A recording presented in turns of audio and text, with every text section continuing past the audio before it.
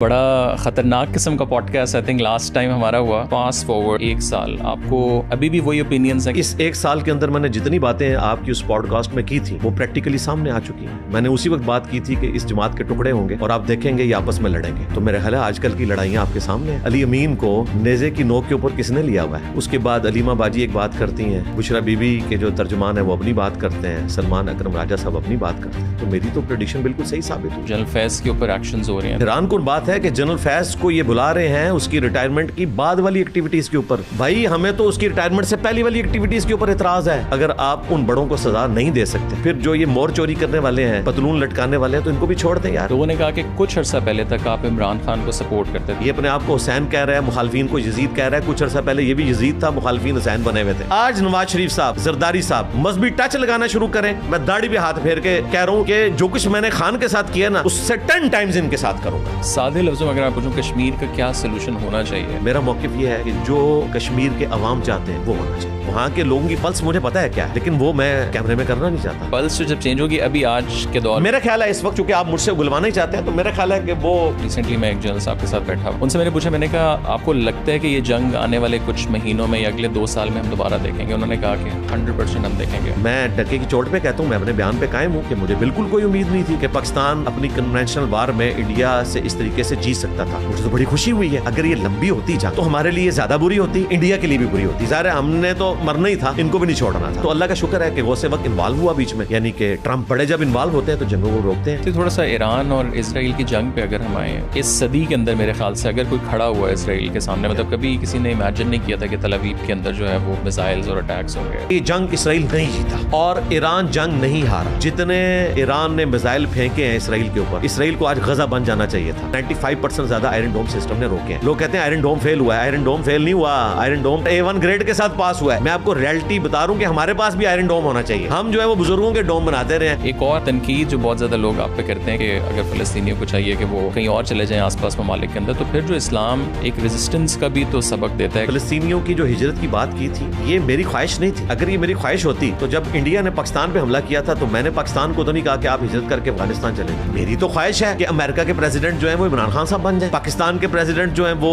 مولانا فضل الرحمان بن جائیں, اور رشیا کے پریزیڈنٹ شہباز شریف صاحب بن جائیں. میری خواہش تو کچھ نہیں ہونا نا. جو ڈیجیٹل اسلامک اسکالرز ہیں, آپ ہیں اور بہت سے لوگ ہیں. میں ڈیجیٹل اسکالر نہیں ہوں, غلط فہمی ہے میرے بارے میں. ہماری دعوت پبلک لیول پہ تبلیغی جماعت سے زیادہ ہے. تبلیغی جماعت والے تو دروازہ کھٹکھٹا کے نا دروازے پہ بات کرتے ہیں, اور انجینئر صاحب کی ویڈیو دروازہ اپنی مرضی سے کھول کے, بیڈ روم کا دروازہ کھول کے وہاں بیٹھے ہوئے بچے کے موبائل میں چلی جاتی ہے, جس کا ابا جو ہے وہ انجینئر کو کافر سمجھ رہا ہوتا ہے. جب آپ اس ساری چیز سے نکل جاتے ہیں, پوڈ کاسٹ ہو جاتے ہیں, گھر چلے جاتے ہیں, پگڑی اتار دی, وہ جو اس کو ہم ڈاؤن ٹائم کہتے ہیں, اس ٹائم آپ پھر کیا کرتے ہیں؟ میں آلموسٹ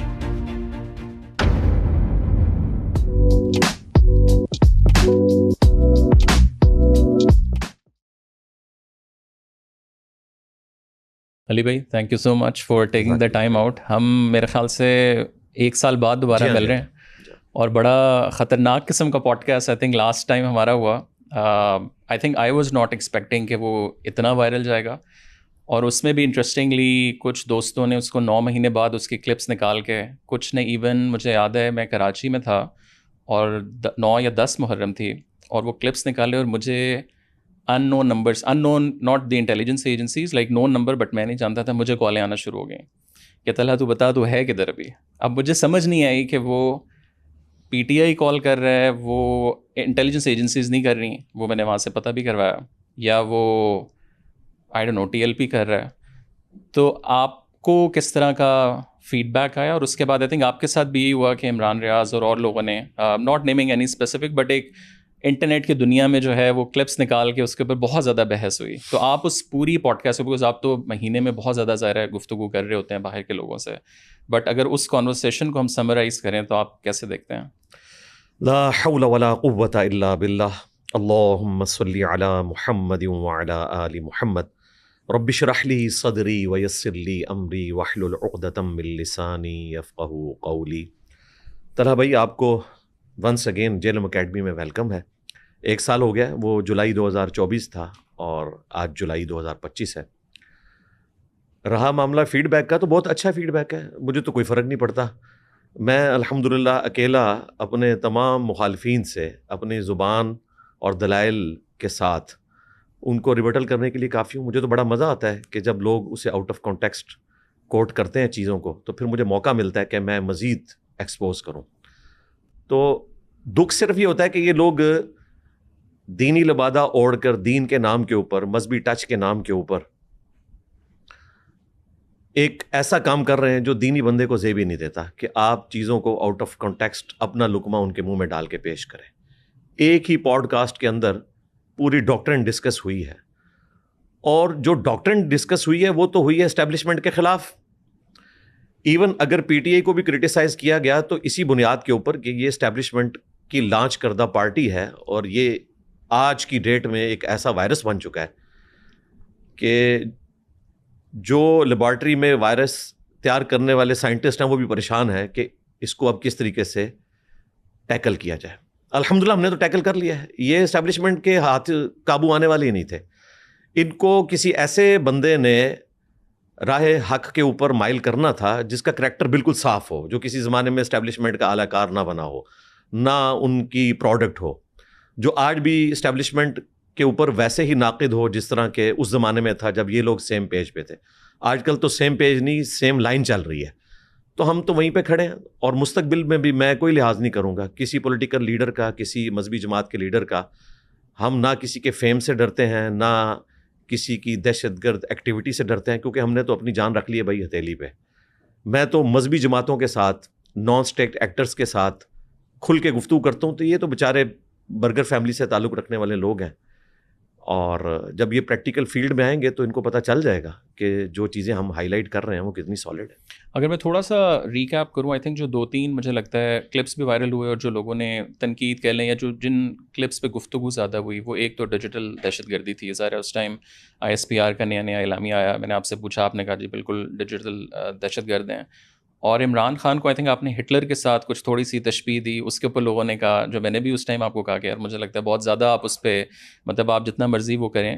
ابھی اگر فاسٹ فارورڈ 1 سال, آپ کو ابھی بھی وہی اوپینینز ہیں کہ آپ کو لگتا ہے کہ جو PTI کی سوشل میڈیا یا جنرلی ان کا فین فالوئنگ ہے وہ ابھی بھی ڈیجیٹل دہشت گرد آپ کو لگتا ہے؟ دیکھیں, ایک کانٹیکسٹ میں بات ہوئی تھی. پہلی بات یہ ہے کہ آج میرا پوائنٹ آف ویو کیا ہے بھائی. اس 1 سال کے اندر میں نے جتنی باتیں آپ کی اس پوڈ کاسٹ میں کی تھیں وہ پریکٹیکلی سامنے آ چکی ہیں. میں نے اسی وقت بات کی تھی کہ اس جماعت کے ٹکڑے ہوں گے اور آپ دیکھیں گے یہ آپس میں لڑیں گے. تو میرا خیال ہے آج کل کی لڑائیاں آپ کے سامنے ہیں. علی امین کو نیزے کی نوک کے اوپر کس نے لیا ہوا ہے, ٹھیک ہے. اس کے بعد علیمہ باجی ایک بات کرتی ہیں, اور پھر بشرا بی بی کے جو ترجمان ہیں وہ اپنی بات کرتے ہیں, سلمان اکرم راجہ صاحب اپنی بات کرتے ہیں. تو میری تو پریڈکشن بالکل صحیح ثابت ہوئی. رہا ڈیجیٹل دہشت گردی, تو یہ میں تو ان سے بات کر رہا ہوں نا کہ جنہوں نے 5th جنریشن وار کے نام کے اوپر یہ کی بورڈ واریئرز ہم پہ مسلط کیے تھے. تو ہم یہ سمجھتے ہیں کہ اس زمانے میں PTI کے ٹرولز کو جنہوں نے بھرتی کیا, آصف غفور صاحب ہوں یا اس سے پہلے عاصم باجوہ صاحب ہوں, وہ سب کے سب مجرم ہیں اس مسئلے میں. میں ذاتی طور پہ ان سے ایک اچھے مراسم رکھتا ہوں, آصف غفور صاحب سے, ظاہر ہے دین کے حوالے سے, لیکن جو ان کے ادارے نے ان کو اس وقت یوز کیا اور وہ یوز ہوئے, تو اس کی ہیٹ تو ہم فیل کر رہے ہیں. تو میں تو بالکل اپنے پوائنٹ آف ویو پہ قائم ہوں کہ جو کچھ انہوں نے بویا تھا آج ان کو کاٹنا پڑ رہا ہے. ان سے مراد ہے اسٹیبلشمنٹ. ان کو تو ہم کچھ سمجھتے ہی نہیں ہے بھائی, ان کے بڑوں سے بات کر رہے ہیں. اسٹیبلشمنٹ نے یہ سب کچھ کیا. لیکن پھر آپ کو لگتا نہیں ہے کہ اگر وہ ذمہ دار تھے تو جس طرح جنرل فیض کے اوپر ایکشنز ہو رہے ہیں تو کسی حد تک ان لوگوں کو بھی پھر بلانا چاہیے کہ بھائی ذرا ایکسپلین کریں کہ یہ آپ لوگوں نے کیا کیا؟ جی میری تو ڈیمانڈ ہے کہ سب کو بلانا چاہیے. اور حیران کن بات ہے کہ جنرل فیض کو یہ بلا رہے ہیں اس کی ریٹائرمنٹ کی بعد والی ایکٹیویٹیز کے اوپر. بھائی ہمیں تو اس کی ریٹائرمنٹ سے پہلی والی ایکٹیویٹیز کے اوپر اعتراض ہے جو ایز اے ادارہ آپ لوگوں نے ہم پہ مسلط کیے تھے. یہ آپ نے ہماری جنریشن کو برباد کر کے رکھ دیا. مذہب کے نام کے اوپر ان کے اوپر ایسے سیاسی رہنما کو آپ نے مسلط کیا ہے کہ جس کے قول و فعل کے اندر تضاد موجود ہے. پولیٹیکل پوائنٹ آف ویو سے میں اس وقت کرٹیسزم کر رہا ہوں, اس کی ذات پہ نہیں کر رہا, اس کا اور اس کے رب کا معاملہ ہے. وہ پچھلی دفعہ بھی انہوں نے کاٹ لیا تھا, حالانکہ میں اس کے پولیٹیکل اس چیز کی بات کر رہا تھا. مذہب پہ بھی بات کریں تو اس لیے کرتے ہیں کہ یہ مذہب کا لبادہ اوڑھتے ہیں. یہ بلاول بھٹو کی طرح سیکولر ہو جائے نا تو ہم انہیں مذہب کا کبھی تانا نہیں دیں گے. یہ مذہب کو یوز کرتے ہیں اور اسے مذہبی ٹچ کا نام دے کے اور امت کو ورگلانے کی کوشش کرتے ہیں. تو چونکہ ینگ جنریشن ہماری بات سنتی ہے, ہم نہیں چاہتے کہ ہمارے اسٹوڈنٹس جو ہیں وہ مذہبی یا سیاسی جماعتوں کے لیڈرز کے ہاتھوں ورگلائے جائیں. کہ جو انہیں خوابوں کی دنیا میں رکھ رہے ہیں. تو اس لیے میں اپنا مذہبی فریضہ اس کو سمجھتا ہوں کہ جو چیز غلط ہے اسے غلط کہوں. رہا جنرل فیض کی جو آپ نے بات کی ہے، تو بھائی ابھی تک تو اس کے لیے کوئی سزا تو انہوں نے اناؤنس نہیں کی ہے. ابھی تک تو وہ کیسز چل ہی رہے ہیں، حالانکہ بالکل سامنے چیزیں ان کے سامنے موجود تھی. تو صرف اس کے اوپر نہیں، جتنے لوگ اس میں انوالو تھے ان کے اوپر کریں. اور اس سے اگلی بات، اگر آپ ان بڑوں کو سزا نہیں دے سکتے، جو میرا پہلے کا موقف ہے، پھر جو یہ مور چوری کرنے والے ہیں، پتلون لٹکانے والے ہیں، تو ان کو بھی چھوڑ دیں یار، یہ آپ کی پروڈکٹ تھے. ہمارا موقف یہ ہے. اور جب آپ بڑے کہتے ہیں اس میں عمران خان بھی ہیں، جنرل فیض بھی ہیں، جنرل باجوہ بھی ہیں، دونوں سائڈوں کے بڑے. جی سارے بڑے شامل ہیں بالکل. اور اگر اس چیپٹر کو کلوز کرنا ہے تو صرف یہ کہہ کے نہیں کہ ہم نے دونوں طرف کو معاف کیا. نہیں، یہ قوم سے معافی مانگیں گے آ کے، یہ جرنیل بھی معافی مانگیں گے، یہ مہاتما بھی معافی مانگے گا جو آج نظریاتی ہوا ہے اندر جا کے. یہ بتائے گا کہ اس نے کیا کچھ کیا ہے 2014 سے لے کے آج تک. ایاز میر صاحب کا کالم آ گیا نا، تازہ پڑھ لیا نا آپ نے. ایک ایک کر کے سارے باہر نکل رہے ہیں اور وہ ساری سچائی مان رہے ہیں 2014 سے لے کے آج تک. حالانکہ میں ایاز میر صاحب کی بڑی عزت کرتا تھا، ہمارے پڑوسی شہر چکوال سے تعلق رکھتے ہیں، لیکن جس طریقے سے انہوں نے ایک چپ کا روزہ رکھا ہوا تھا اور بالکل ون سائیڈڈ پکچر پیش کر رہے تھے، اب لگتا ہے ان کو بھی سمجھ آ گئی ہے اور اب تو وہ کھل کے لکھ رہے ہیں. ابھی جو حالیہ ان کا کالم آیا ہے اس میں انہوں نے سچائی ایکسپوز کر دی جو ہم کہہ رہے تھے. تو اس چیز کو سمجھیں کہ ہمیں اسٹیبلشمنٹ سے گلہ یہ ہے کہ انہوں نے پالیٹکس میں لچ فرائی کیا اور مختلف اوقات میں ہمارے اوپر ایسے مہاتما مسلط کیے کہ ہماری نسلوں کو وہ ساری چیزیں کاٹنی پڑ رہی ہیں، چاہے وہ الطاف حسین کی شکل میں ہو، چاہے وہ عمران خان صاحب کی شکل میں ہو، چاہے وہ خادم رضوی صاحب کی شکل میں ہو. یہ بھی تو جنرل فیض اور اسٹیبلشمنٹ کی تحفہ ہے نا. ابھی ریحام خان بھی آ گئی ہیں. اچھا وہ بھی آ گئی ہیں، انہوں نے بھی پولیٹیکل پارٹی کا اعلان کر دیا. اچھا تو ان کے پیچھے بھی یہی لوگ ہیں کیا؟ اب یہ مجھے نہیں پتا، وہ تو مستقبل میں پتا چلے گا جب یہ لوگ ہوں گے، پھر ہم ان کو سمجھائیں گے. بالکل. اور ایک اور تنقید، پوری جو کانورسیشن ہماری ہوئی اس میں جو کامنٹس ہم نے انالیسس کی ہے، جب مجھے بھی جب کالز آئیں پی ٹی آئی کی طرف سے بھی، اسٹیبلشمنٹ لوگوں نے کہا کہ کچھ عرصہ پہلے تک آپ عمران خان کو سپورٹ کرتے تھے، آپ نے کہا تھا کہ اس کے ساتھ جو ہے تعلقات صحیح کر لو، جو وہ کہے گا وہی ہوگا. سو وہ آپ نے کیسے، آپ کا اپنا آپ کہہ لیں کہ اوپینین جو ہے وہ کیسے چینج ہوا؟ دیکھیں اگر اس طریقے سے جی کوئی چینج نہیں ہوا. آپ جو بات آپ نے ویسے کہی تھی، یہ جی کہی ہے، بات کہی ہے، لیکن اس طرح تو نہیں کہی ہوئی نا. ایک بات آپ ٹونٹ کے طور پہ، طنز کے طور پر کہہ رہے ہوتے ہیں، اس کو آپ اگلے بندے کا اوپینین تو نہیں پیش کرتے.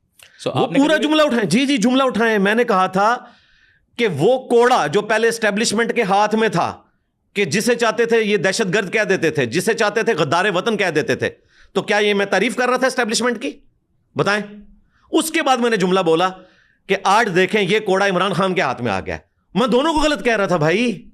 انہوں نے اس کو اس طرح پریزنٹ کیا. بھائی میں پڑھا لکھا آدمی ہوں، مجھے بڑا افسوس ہوتا ہے کہ جب ہمارے مخاطبین بیسک لیول کی ایتھکس بھی نہیں سمجھتے، نہ انہیں لٹریچر کا پتہ ہے. اس جملے کو غور سے ذرا سنیں. میں نے کہا کہ وہ کوڑا جو اسٹیبلشمنٹ کے ہاتھ میں تھا، تو اس کا مطلب ہے میں اسٹیبلشمنٹ کو کرٹیسائز کر رہا تھا. تو جب وہ کوڑا عمران خان کے ہاتھ میں آئے گا تو وہ جنتی کوڑا بن جائے گا. اس کو بھی میں کرٹیسائز کر رہا ہوں کہ یہ آپ نے اب اس کے ہاتھ میں دے دیا ہے. لیکن آپ نے یہ بھی کہا کہ خان کی زندگی میں صلح کر لو، تو اس جملے کو کس کانٹیکس میں؟ جی صلح کرو اور اس کو رائے راست کے اوپر لے کے آؤ، تاکہ اس نے جو نوجوان نسل کو ورگلایا ہے یہ اپنا فتنہ اپنی زندگی میں ختم کر کے جائے.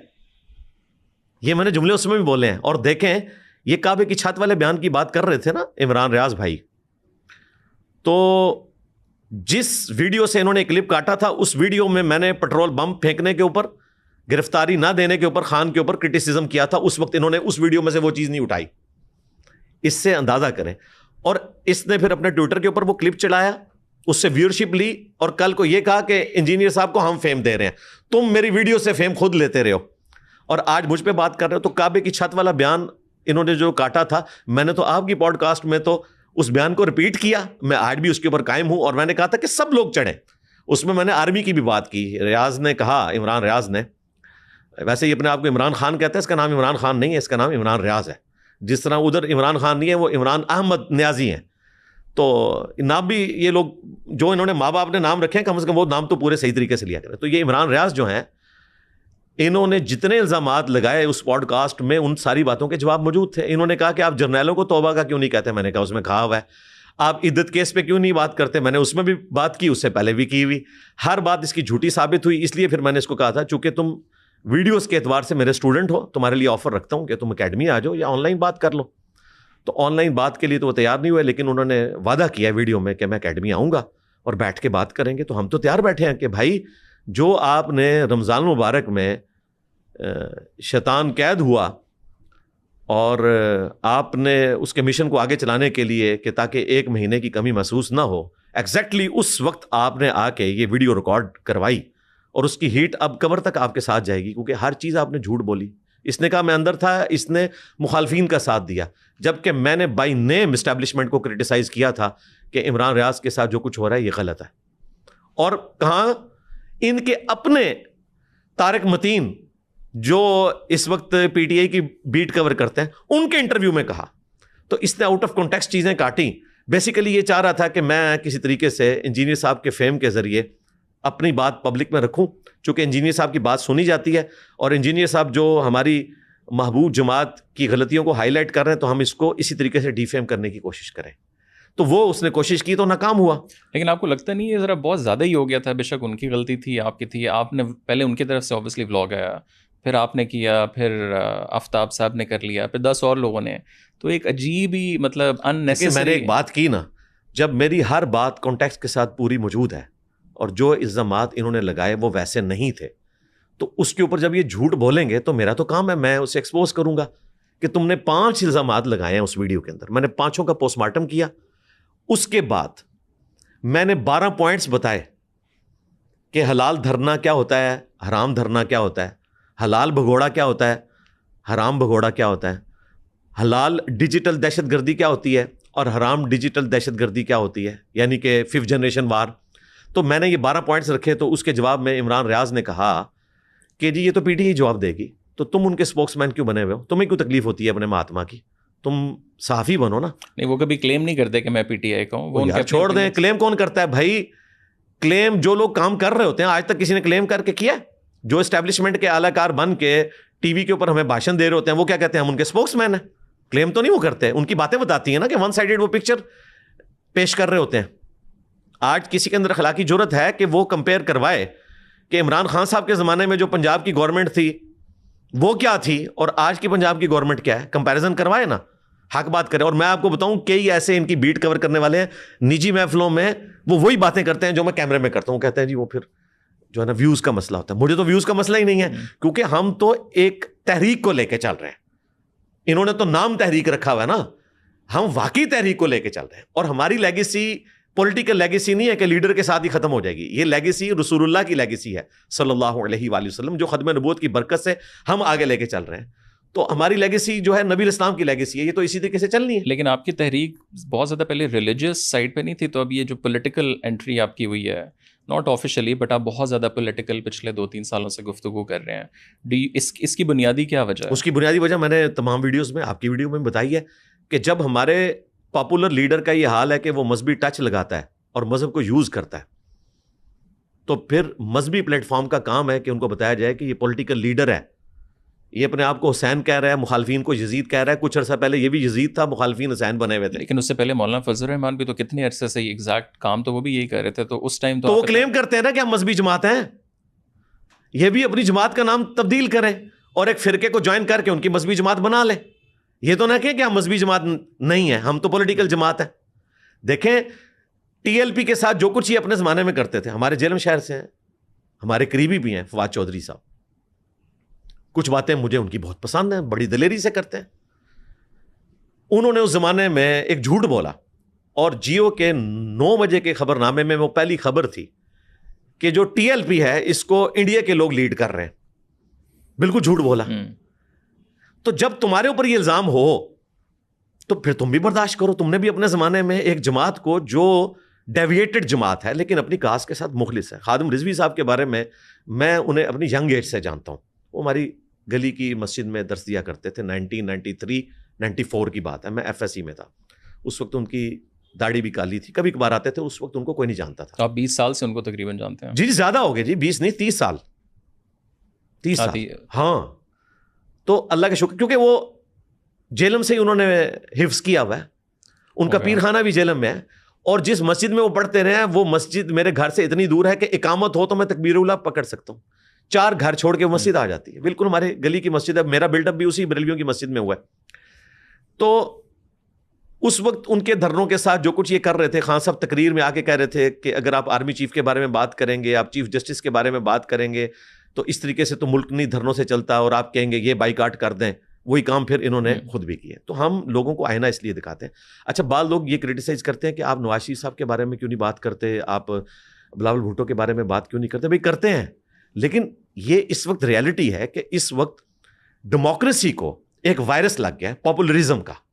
چاہے وہ امریکہ کی ڈیموکریسی ہو، ٹرمپ کی شکل میں ایک تحفہ مسلط ہو گیا، چاہے وہ انڈیا کی ڈیموکریسی ہو، مودی کی شکل میں ایک تحفہ مسلط ہو گیا، چاہے وہ پاکستان کی ڈیموکریسی ہو، خان صاحب کی شکل میں ایک پاپولر وائرس لگ گیا. تو اس وقت وائرس لگا ہوا ہے، اس کا علاج کرنا ہے ہمیں، اور لوگوں کو بتانا ہے کہ پاپولر ہونے کا مطلب یہ نہیں ہے کہ وہ بندہ سوٹیبل بھی ہے، اس کے اندر وہ کوالٹی بھی موجود ہے، یا وہ جو دعوے کر رہا ہے وہ اس طریقے سے اس چیز کو لے کے چل رہا ہے. آج نواز شریف صاحب، زرداری صاحب مذہبی ٹچ لگانا شروع کریں. میں داڑھی پہ ہاتھ پھیر کے کہہ رہا ہوں کہ جو کچھ میں نے خان کے ساتھ کیا نا، اس سے 10 ٹائمز ان کے ساتھ کروں گا. یہ مذہب کا نام لینا چھوڑ دیں تو ختم ہو جائے گی چیز. یہ کیوں کہتے ہیں ہم حسین ہیں، یہ یزید ہیں؟ اللہ سے ڈر جاؤ. فضل الرحمان صاحب آئے تھے دھرنا لے کے خان صاحب کے دور میں، تو وہ اپنے آپ کو حسین کہہ رہے تھے اور خان صاحب کو یزید کہہ رہے تھے. ہم یہ کہتے ہیں کہ آپ اتنی متبرک ہستی کو اپنے پولیٹیکل کاز کے لیے استعمال نہ کریں.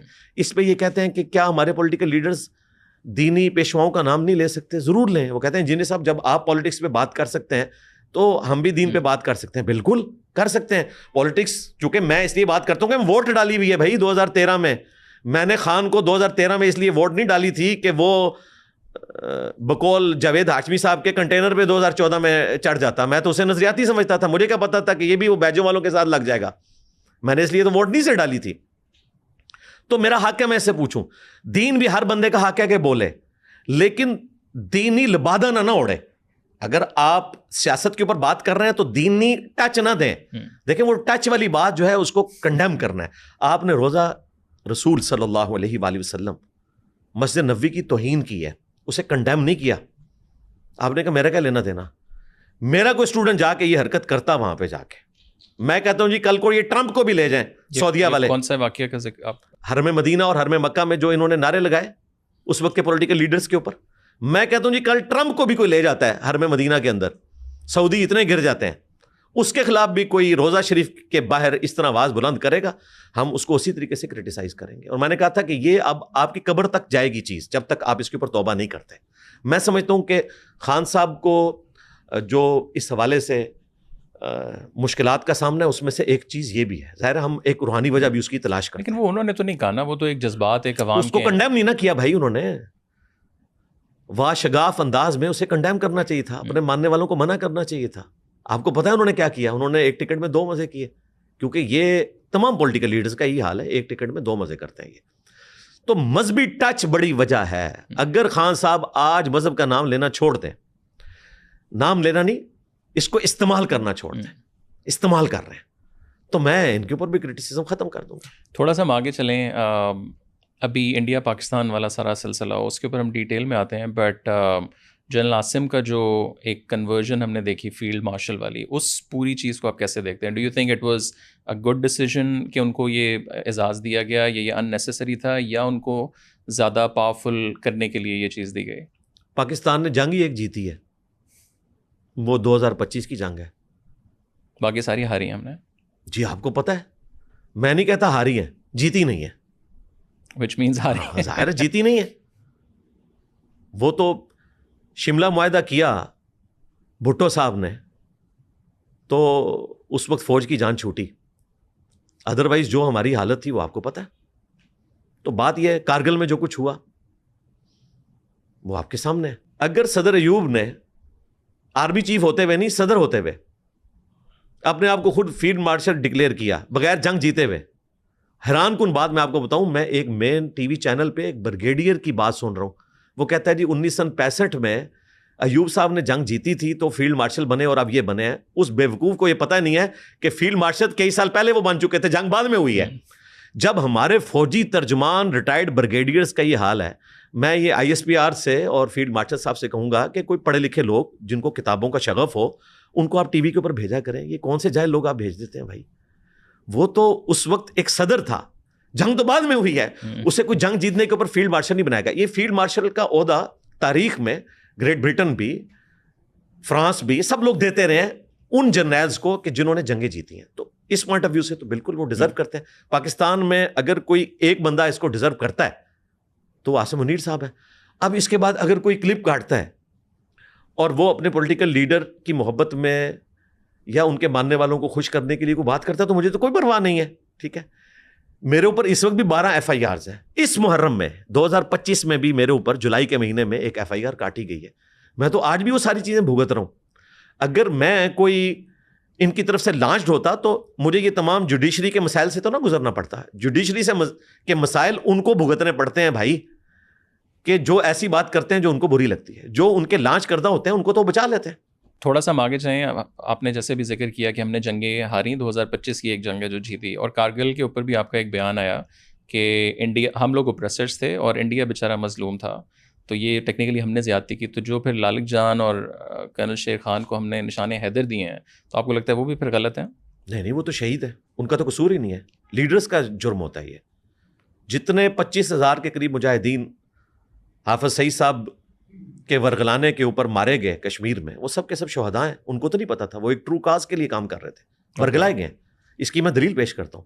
المصنف ابن ابی شیبہ میں صحیح سند کے ساتھ موجود ہے کہ سیدنا علی سے پوچھا گیا کہ جنگ صفین میں جو آپ کے مخالفین آئے, ان کے بارے میں آپ کا کیا موقف ہے جو مقتول ہو گئے؟ آپ کے ماننے والے تو شہداء ہیں کیونکہ آپ خلیفہ راشد ہیں. تو انہوں نے کہا میں اللہ سے امید کرتا ہوں کہ ہمارے مقتولین اور ہمارے مخالفین کے مقتولین بھی جنت میں جائیں گے, پھر اللہ کے حضور مقدمہ میرے اور معاویہ ابن ابی سفیان کے درمیان رضی اللہ تعالیٰ عنہ, ہم ان کا نام بھی احترام سے لیں گے صحابی ہونے کی وجہ سے, ان کے درمیان طے پائے گا اللہ تعالیٰ کے حضور. یعنی مولا علی رضی اللہ تعالیٰ عنہ علیہ السلام نے اپنے مخالفین کے شہداء کو بھی کلین چٹ دے دی, مخالفین کو بھی, اور کہا کہ ان کا جو سرغنہ ہے وہ پکڑا جائے گا.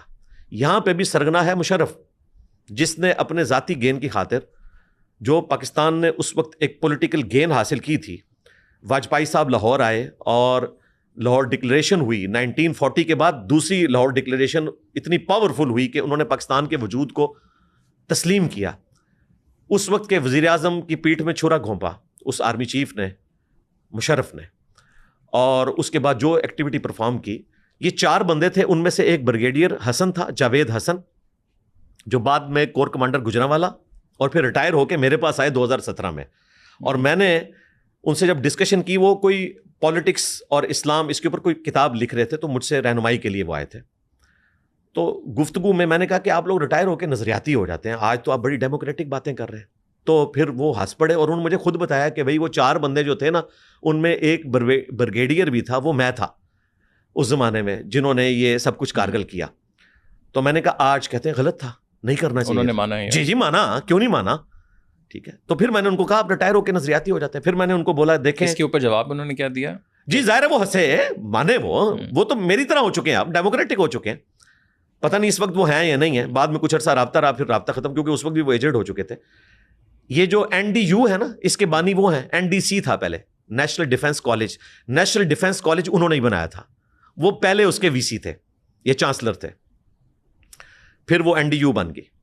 تو ان سے میں نے اس وقت کہا تھا دیکھیں آرمی اپنا چیف بچا لیتی ہے, مشرف رحیل شریف صاحب نے ان کو بچا لیا, اور جوڈیشری بھی اپنا چیف بچا لیتی ہے, افتخار چودھری صاحب کو بچا لیا بڑی امیدوں کے ساتھ, لیکن بعد میں انہوں نے ہماری امیدوں کے اوپر پانی پھیرا.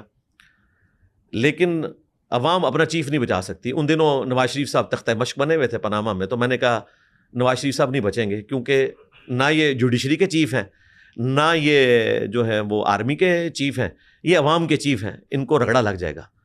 اور ہمیشہ عوام کے چیف کے ساتھ یہی ہوتا ہے. PDM نے جو کچھ کیا خان صاحب کے ساتھ, یہ وہی کچھ کیا جو ثاقب نثار نے نواز شریف صاحب کے ساتھ کیا. ہم دونوں ایکٹیویٹیز کو غلط سمجھتے ہیں. جیسے آپ نے ذکر کیا کہ اگر جو لوگ وہاں لڑے ہیں وہ شہید ہیں, جی, تو جو ساری لیٹس سے طالبان اور القاعدہ کے فائٹرز ہیں, تو وہ بھی آپ کو لگتا ہے کہ وہ بھی پھر سارے شہید ہیں, اور ان کے بھی جو ٹاپ لوگ ہیں وہ گناہ گار ہیں, باقی جتنے لوگ ان کے جنہوں نے خود کش حملے کیے ہیں مسلمانوں کے اوپر, وہ بھی سارے شہید ہیں؟ نہیں, کوئی شہید نہیں ہے. تو یہ تو پھر نہیں, وہ ایک اسلامک ریاست کے خلاف کھڑے ہوئے ہیں, جہاں کے عوام 97% مسلمان ہیں, اور وہاں پر ایک گورنمنٹ ہے جو مسلمانوں نے الیکٹ کی ہوئی ہے. انڈیا کے ساتھ تو کمپیئر نہ کریں اس کو. انڈیا کی گورنمنٹ کچھ عرصے سے وہ ہے جو مسلمانوں کے اوپر ظلم ڈھا رہی ہے. گجرات کا بچر ہے جو اس وقت ان کا وزیر اعظم ہے. کئی ملکوں میں جانے پر پابندی تھی مودی کے اوپر. یہ وہ شخص ہے.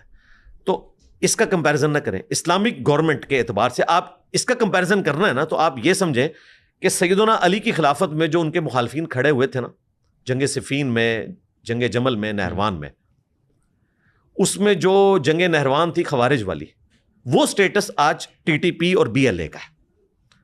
اب یہ آپ نے نہیں کہنا کہ موجودہ حکمران جو ہیں وہ حضرت علی ہو گئے ہیں. اور بھائی موجودہ جو حکمران ہے, ہم اسلامک اسٹیٹ کے پوائنٹ آف ویو سے بات کر رہے ہیں, اسلامک ریپبلک آف پاکستان. بے شک وہ تھوڑی سیکولر بھی ہے جی, ظاہر ہے.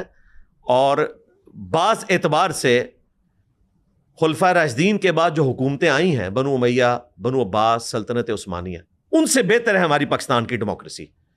جی, فریڈم آف ایکسپریشن ہے بھائی. بنو امیہ کے دور میں تو قتل ہو جاتا تھا بندہ. آج وزیر اعظم کو گالیاں نکال کے صحافی سوتے ہیں, کو قتل ہوتا ہے؟ مجھے بتائیں. لیکن یہاں بھی ڈالے پہنچ جاتے ہیں. کیا ہوتا ہے؟ قتل ہوتے ہیں, ان کے خاندان غائب ہو جاتے ہیں. کیا ہوتا ہے؟ کچھ بھی نہیں ہوتا. ظلم تو ہے, یہ تو نہیں. میرے بھائی ظلم ہوتا ہے بالکل, لیکن میں آپ کو بتا رہا ہوں, ایک ہے کہ آپ کی پوری نسل ختم کر دی جائے. مجھے بتائیں جو حرکتیں یہاں کے صحافیوں نے کی تھیں, ان کی تو تکا بوٹی کر دیتے اگر بنو امیہ بنو عباس ہوتے. عمران ریاض باہر بھاگ جاتا اگر بنو امیہ کی حکومت ہوتی. معید پیرزادہ پوری زندگی کھا کھا کے اسٹیبلشمنٹ کا باہر بیٹھا ہوتا, آج بنو امیہ کی یا بنو عباس کی حکومت ہوتی. یہ تو بہت, ان کے اعتبار سے دیکھا جائے تو بہت نارمل لوگ ہیں, کو ایگزسٹ کر رہے ہیں. مطیع اللہ جان, اسد علی طور, کیا وہ جا کے ریاست کے اعتبار سے جو ایک ڈیسیژن آیا اس کے خلاف کورٹ سے اپنے حق میں ڈیسیژن لے لیتے ہیں اگر بنو امیہ یا بنو عباس ہوتے؟ وہاں تو چیف جسٹس بھی ان کی جیب میں ہوتا تھا. آج ان کے چینلز چل رہے ہیں نا, ہم بھی کہہ رہے ہیں چلنے چاہیے. جو غلط چیزیں ان کو ہائی لائٹ کریں اور ایک تھرو پراپر چینل جو ایک طریقہ ہے اسے اڈاپٹ کر کے اس کے بعد آپ کوئی سزا سنانی ہے تو سنائیں. اس طریقے سے کسی کا چینل بین کرنا, میں کہتا ہوں ایون عمران ریاض کا کیوں نہ ہو, آپ اس کے اوپر مقدمہ قائم کریں, جوڈیشری میں ثابت کریں, اس کے بعد جو سزا بنتی ہے ضرور دیں. لیکن اس طریقے سے ایک بندہ بیٹھ کے ڈیسائیڈ کرے ایف آئی اے میں بیٹھ کے کوئی کہ جو اوپر سے آرڈر آیا, تو ہم اس کے حق میں بالکل نہیں. تھوڑا سا انڈیا پاکستان کے اوپر ہیں ابھی حالات ہوئے. ابھی ریسنٹلی میں ایک جنرل صاحب کے ساتھ بیٹھا ہوا, ان سے میں نے پوچھا کہ ساتھ آپ اسٹیبلشمنٹ کے بندے نہیں, بٹ وہ ریٹائرڈ تھے. اچھا ریٹائرڈ, ہاں, مطلب ورنہ تو حاضر سروس تو اٹس امپاسبل. بٹ ان سے میں نے پوچھا, میں نے کہا آپ کو لگتا ہے کہ یہ جنگ آنے والے کچھ مہینوں میں یا اگلے 2 سال میں ہم دوبارہ دیکھیں گے؟ انہوں نے کہا کہ 100% ہم دیکھیں گے, اور میرے پاس کریڈیبل انفارمیشن ہے. یہ میں آپ کو ویسے ہوا میں نہیں کہہ رہا ہوں.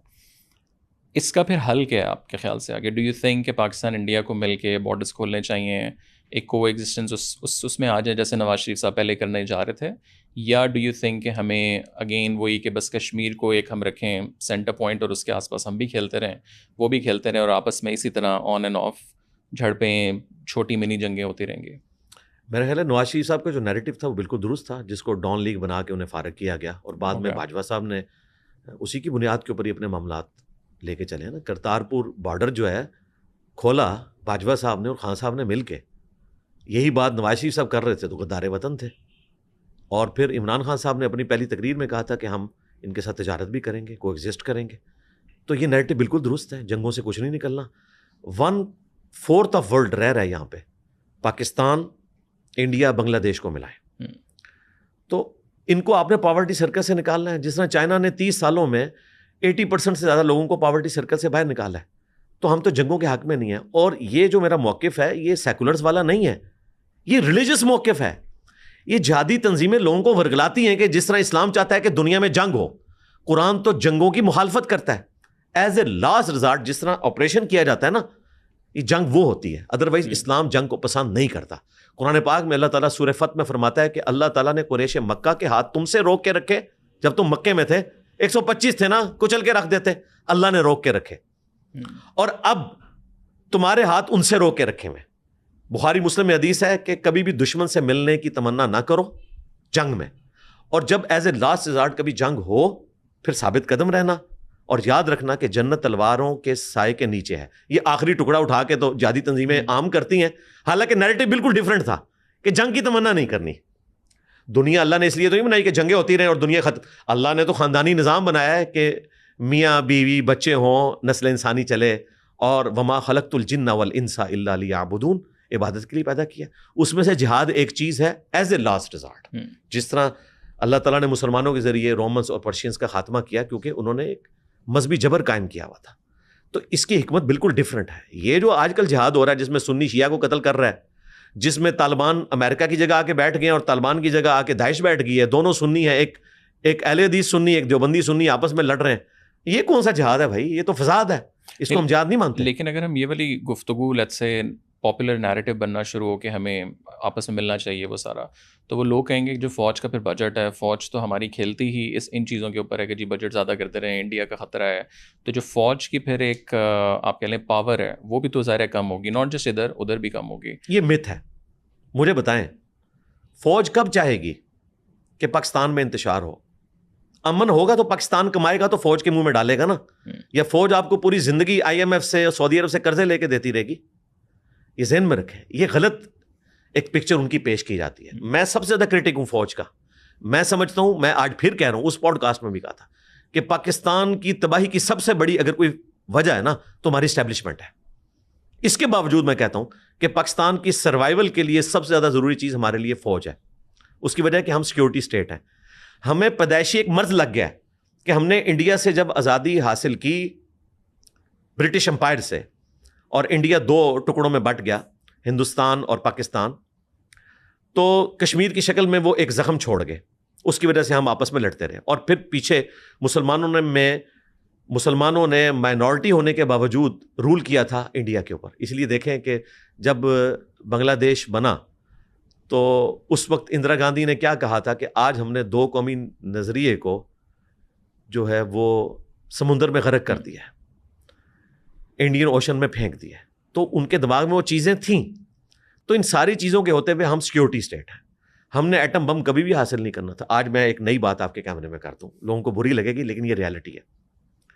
یہ بھی گورے کا کمال ہے کہ ہم نے ایٹم بم حاصل کر لیا. آپ کو لگتا ہے یہ گورے نے؟ جی 100% میں ثابت کرتا ہوں. ڈاکٹر عبد القدیر کا جناب وہ تو ہے کنٹریبیوشن. یہ سارا آئیڈیا, اس کے لیے بجٹ, اور رشین امریکن کولڈ وار, اور پھر افغانستان کے ذریعے جو کچھ ہوا, اس کی آڑ میں ہماری فوج نے اسے ڈیولپ کروایا نا. ایسا ہی ہے نا. یہ ہماری فوج نہیں تھی, یہ گریٹ برٹن کی فوج ہے. آج بھی آپ جیلم کی چھاونی میں جائیں نا تو لکھا ہوگا 1806 میں پہلی بٹالین یہاں آئی. یہ اتنی آرگنائزڈ گریٹ برٹن کی فوج تھی جس کا کچھ حصہ ہمیں ملا اور کچھ انڈیا کو ملا. اگر یہ اتنی پروفیشنل فوج نہ ہوتی گریٹ برٹن کی, تو پاکستان کی فوج کے اندر ہماری آؤٹ پٹ یہ ہے کہ ہم آج تک ایک پولیٹیکل لیڈر صحیح طریقے سے پیدا نہیں کر سکے, کوئی مذہبی پیشوا نہیں پیدا کر سکے. اگر ہے تو انڈیویجول ٹیلنٹ تھا مودودی صاحب کا, وہ انڈیویجول ٹیلنٹ ہے. اس سسٹم کے آؤٹ پٹ نہیں تھے مودودی صاحب. یہ گریٹ برٹن کا ایک آرگنائز سسٹم تھا جس کی وجہ سے آج ہم دنیا کی 5 ٹاپ کی آرمیز میں آتے ہیں. یہ گریٹ برٹن کا بنایا ہوا سسٹم ہے. اس کا یہ مطلب نہیں کہ میں گوروں کی تعریف کرتا ہوں تو میں ان کے ریلیجن کو بھی پسند کرتا ہوں. ریلیجن ایک الگ چیز ہے, میں تعریف کر سکتا ہوں. ہمارے نبی نے کہا کہ شیطان بھی اگر اچھی بات کرے تو اس کی بھی تعریف کرو. صحیح بخاری میں حدیث ہے. آیت الکرسی کا وظیفہ بتایا تھا حضرت ابو ہریرہ کو انسانی شکل میں آ کے, آپ نے فرمایا ہے جھوٹا تھا لیکن بات سچی کی. تو یہ بھی کمال ان کا ہے. اگر یہ اتنی آرگنائز فوج نہ ہوتی گریٹ برٹن کی اور ہمیں ملی ہوتی, اور اس کے ساتھ نیگیٹو چیزیں اپنی جگہ, وہ ہم تو سیکیورٹی اسٹیٹ ہونے کی وجہ سے ہمیں ایٹم بم بنانا پڑا. اگر انڈیا نہ بناتا ہم بھی نہ بناتے. یہ ہمیں انڈیا کی وجہ سے مجبوراً ڈیٹرنس کے لیے بنانا پڑا. اور دیکھیں آج دنیا کے سامنے ہم نے ثابت کیے کہ ہم کتنی ذمہ دار ریاست ہیں. لوگ کہتے تھے کہ TTP کے ہتھے چڑھ جائے گا ایٹم بم تو وہ پھینک دیں گے. حالانکہ لوگوں کو سائنٹیفکلی نہیں پتا کہ یار ایٹم بم اگر ہم آپ کو دے بھی دیں تو اس طرح نہیں پھٹتا بھائی. یہ بارود نہیں ہے کہ آپ کہیں پہ بارود پھینکیں اور وہ پھٹ جائے گا. اس کو ایک طریقے سے فیشن ریئیکشن سٹارٹ کرنا پڑتا ہے. یہ ایک چوری بھی کو کر کے لے جائے تو کسی کے کام کا نہیں ہے. اس کو اگر آپ جا کے کسی بھٹی میں پھینک دیں تو کوئی فیشن ریئیکشن سٹارٹ نہیں ہوگا. وہ ایک پراپر طریقہ ہے. وہ ایک عام بم سے بھی کیا گزرا ہے اگر آپ اس کو سٹارٹ نہیں کرتے. تو آج پاکستان کی فوج نے ثابت کیا, پاکستان کے سیکیورٹی اداروں نے ثابت کیا کہ وہ رسپانسبل ہیں. اور الحمدللہ میں ڈنکے کی چوٹ پہ کہتا ہوں, میں اپنے بیان پہ قائم ہوں کہ مجھے بالکل کوئی امید نہیں تھی کہ پاکستان اپنی کنونشنل وار میں انڈیا سے اس طریقے سے جیت سکتا تھا. مجھے تو بڑی خوشی ہوئی ہے. آپ کو امید نہیں تھی؟ نہیں تھی. اور اس کی کیا وجہ تھی؟ اس کی وجہ یہ تھی کہ ظاہر وہ 6 گنا بڑا ملک ہے. سب لوگ اس کو کہتے تھے, یہ صرف میرا موقف نہیں تھا, لیکن پاکستان نے وقت کے ساتھ اپنے آپ کو ڈیولپ کیا. اور ایک اللہ کی غیبی تائید آئی کہ جنگ لمبی نہیں ہوئی. اگر یہ لمبی ہوتی جنگ تو ہمارے لیے زیادہ بری ہوتی, انڈیا کے لیے بھی بری ہوتی. ظاہر ہے ہم نے تو مرنا ہی تھا, ان کو بھی نہیں چھوڑنا تھا. تو اللہ کا شکر ہے کہ غوث وقت انوالو ہوا بیچ میں, یعنی کہ ٹرمپ. اور آپ نے چونکہ پوچھا تھا مجھ سے کہ مستقبل میں اس کو کیسے روکا جائے, تو اس کے لیے ظاہر ہے امریکہ کو انوالو ہونا پڑے گا. اور بڑے جب انوالو ہوتے ہیں تو جنگوں کو روکتے ہیں. فی الوقت جنگ کا خطرہ بالکل منڈلا رہا ہے, لیکن اس شکل میں کہ پاکستان میں خودکش حملے ہوں گے جو آپ نے دیکھا کہ حالیہ دنوں میں ہوئے, رہا اس لیول کی بڑی جنگ ہونا تو اس کے چانسز مجھے کم نظر آتے ہیں. اس کی وجہ یہ کہ پاکستان کی فوج کی جو آج باڈی لینگویج ہے نا, تو وہ انڈیا کو پتا ہے کہ یہ اینٹ کا جواب پتھر سے دیں گے, اور وہ پتھر بھی پھر لوہے کا ہوگا. اور اس پوری چیز میں جو کشمیر کا جیسے ہم نے ذکر کیا, بیکاز کور تو وہ از دا مین ایشو. سادے لفظوں میں اگر آپ پوچھوں کشمیر کا کیا سلوشن ہونا چاہیے, تو آپ کے خیال سے کیا آپ کا اوپینین ہے اس پہ؟ میں ڈیموکریٹک بندوں, انڈیا کو یہ دے دیں یا کشمیر کو اپنے طور پر ایک انڈیپینڈنٹ اسٹیٹ کے دونوں ملک مان لیں, یا پاکستان اپنی وہ جو ٹوٹنگ ایک ہم لوگ نیریٹو ظاہر 70 سالوں سے وہ کر رہے ہیں اسی کے اوپر رہنا چاہیے؟ وہ بھی یہی کچھ کہتے ہیں, ہم بھی یہی کچھ کہتے ہیں. میں چونکہ ڈیموکریٹک بندہ ہوں, میں کوئی ایسا جواب نہیں دوں گا جو پاکستان کو برا لگے یا وہ انڈیا کی فیور میں جائے.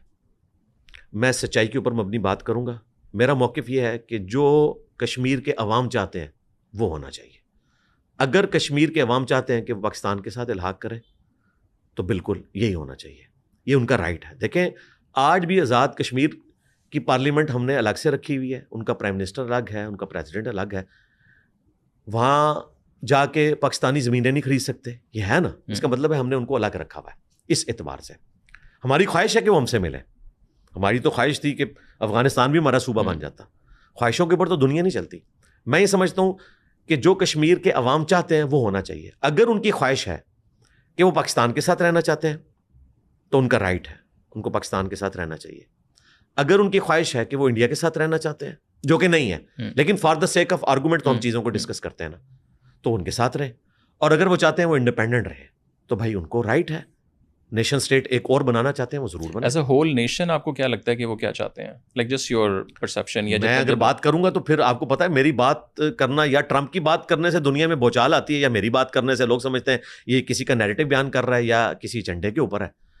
تو وہاں کے لوگوں کی پلس مجھے پتا ہے کیا ہے, لیکن وہ میں کیمرے میں کرنا نہیں چاہتا. وہ بیسیکلی یہ ہے کہ آپ ہمیں الگ کرتے ہیں, ہم پاکستان کے ساتھ نہیں ہونا چاہتے. اچھا آپ کے علم میں یہ ہے؟ میرے خیال سے تو وہ لوگ اگر یہ ہے تو پھر ان کا رائٹ ہے.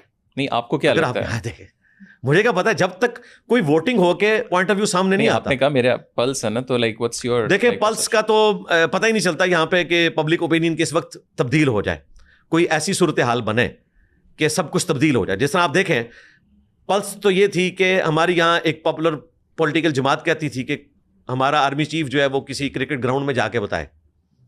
واقعی اس وقت ہوٹنگ ہوتی, لیکن دیکھیں اچانک نہیں, پلس 5 دن میں کیا کچھ کر دیا. پلس جب چینج ہوگی ابھی آج کے دور میرا خیال ہے اس وقت چونکہ آپ مجھ سے اگلوانا ہی چاہتے ہیں, تو میرا خیال ہے کہ وہ انڈیپینڈنٹ رہنے کو ترجیح دیں گے.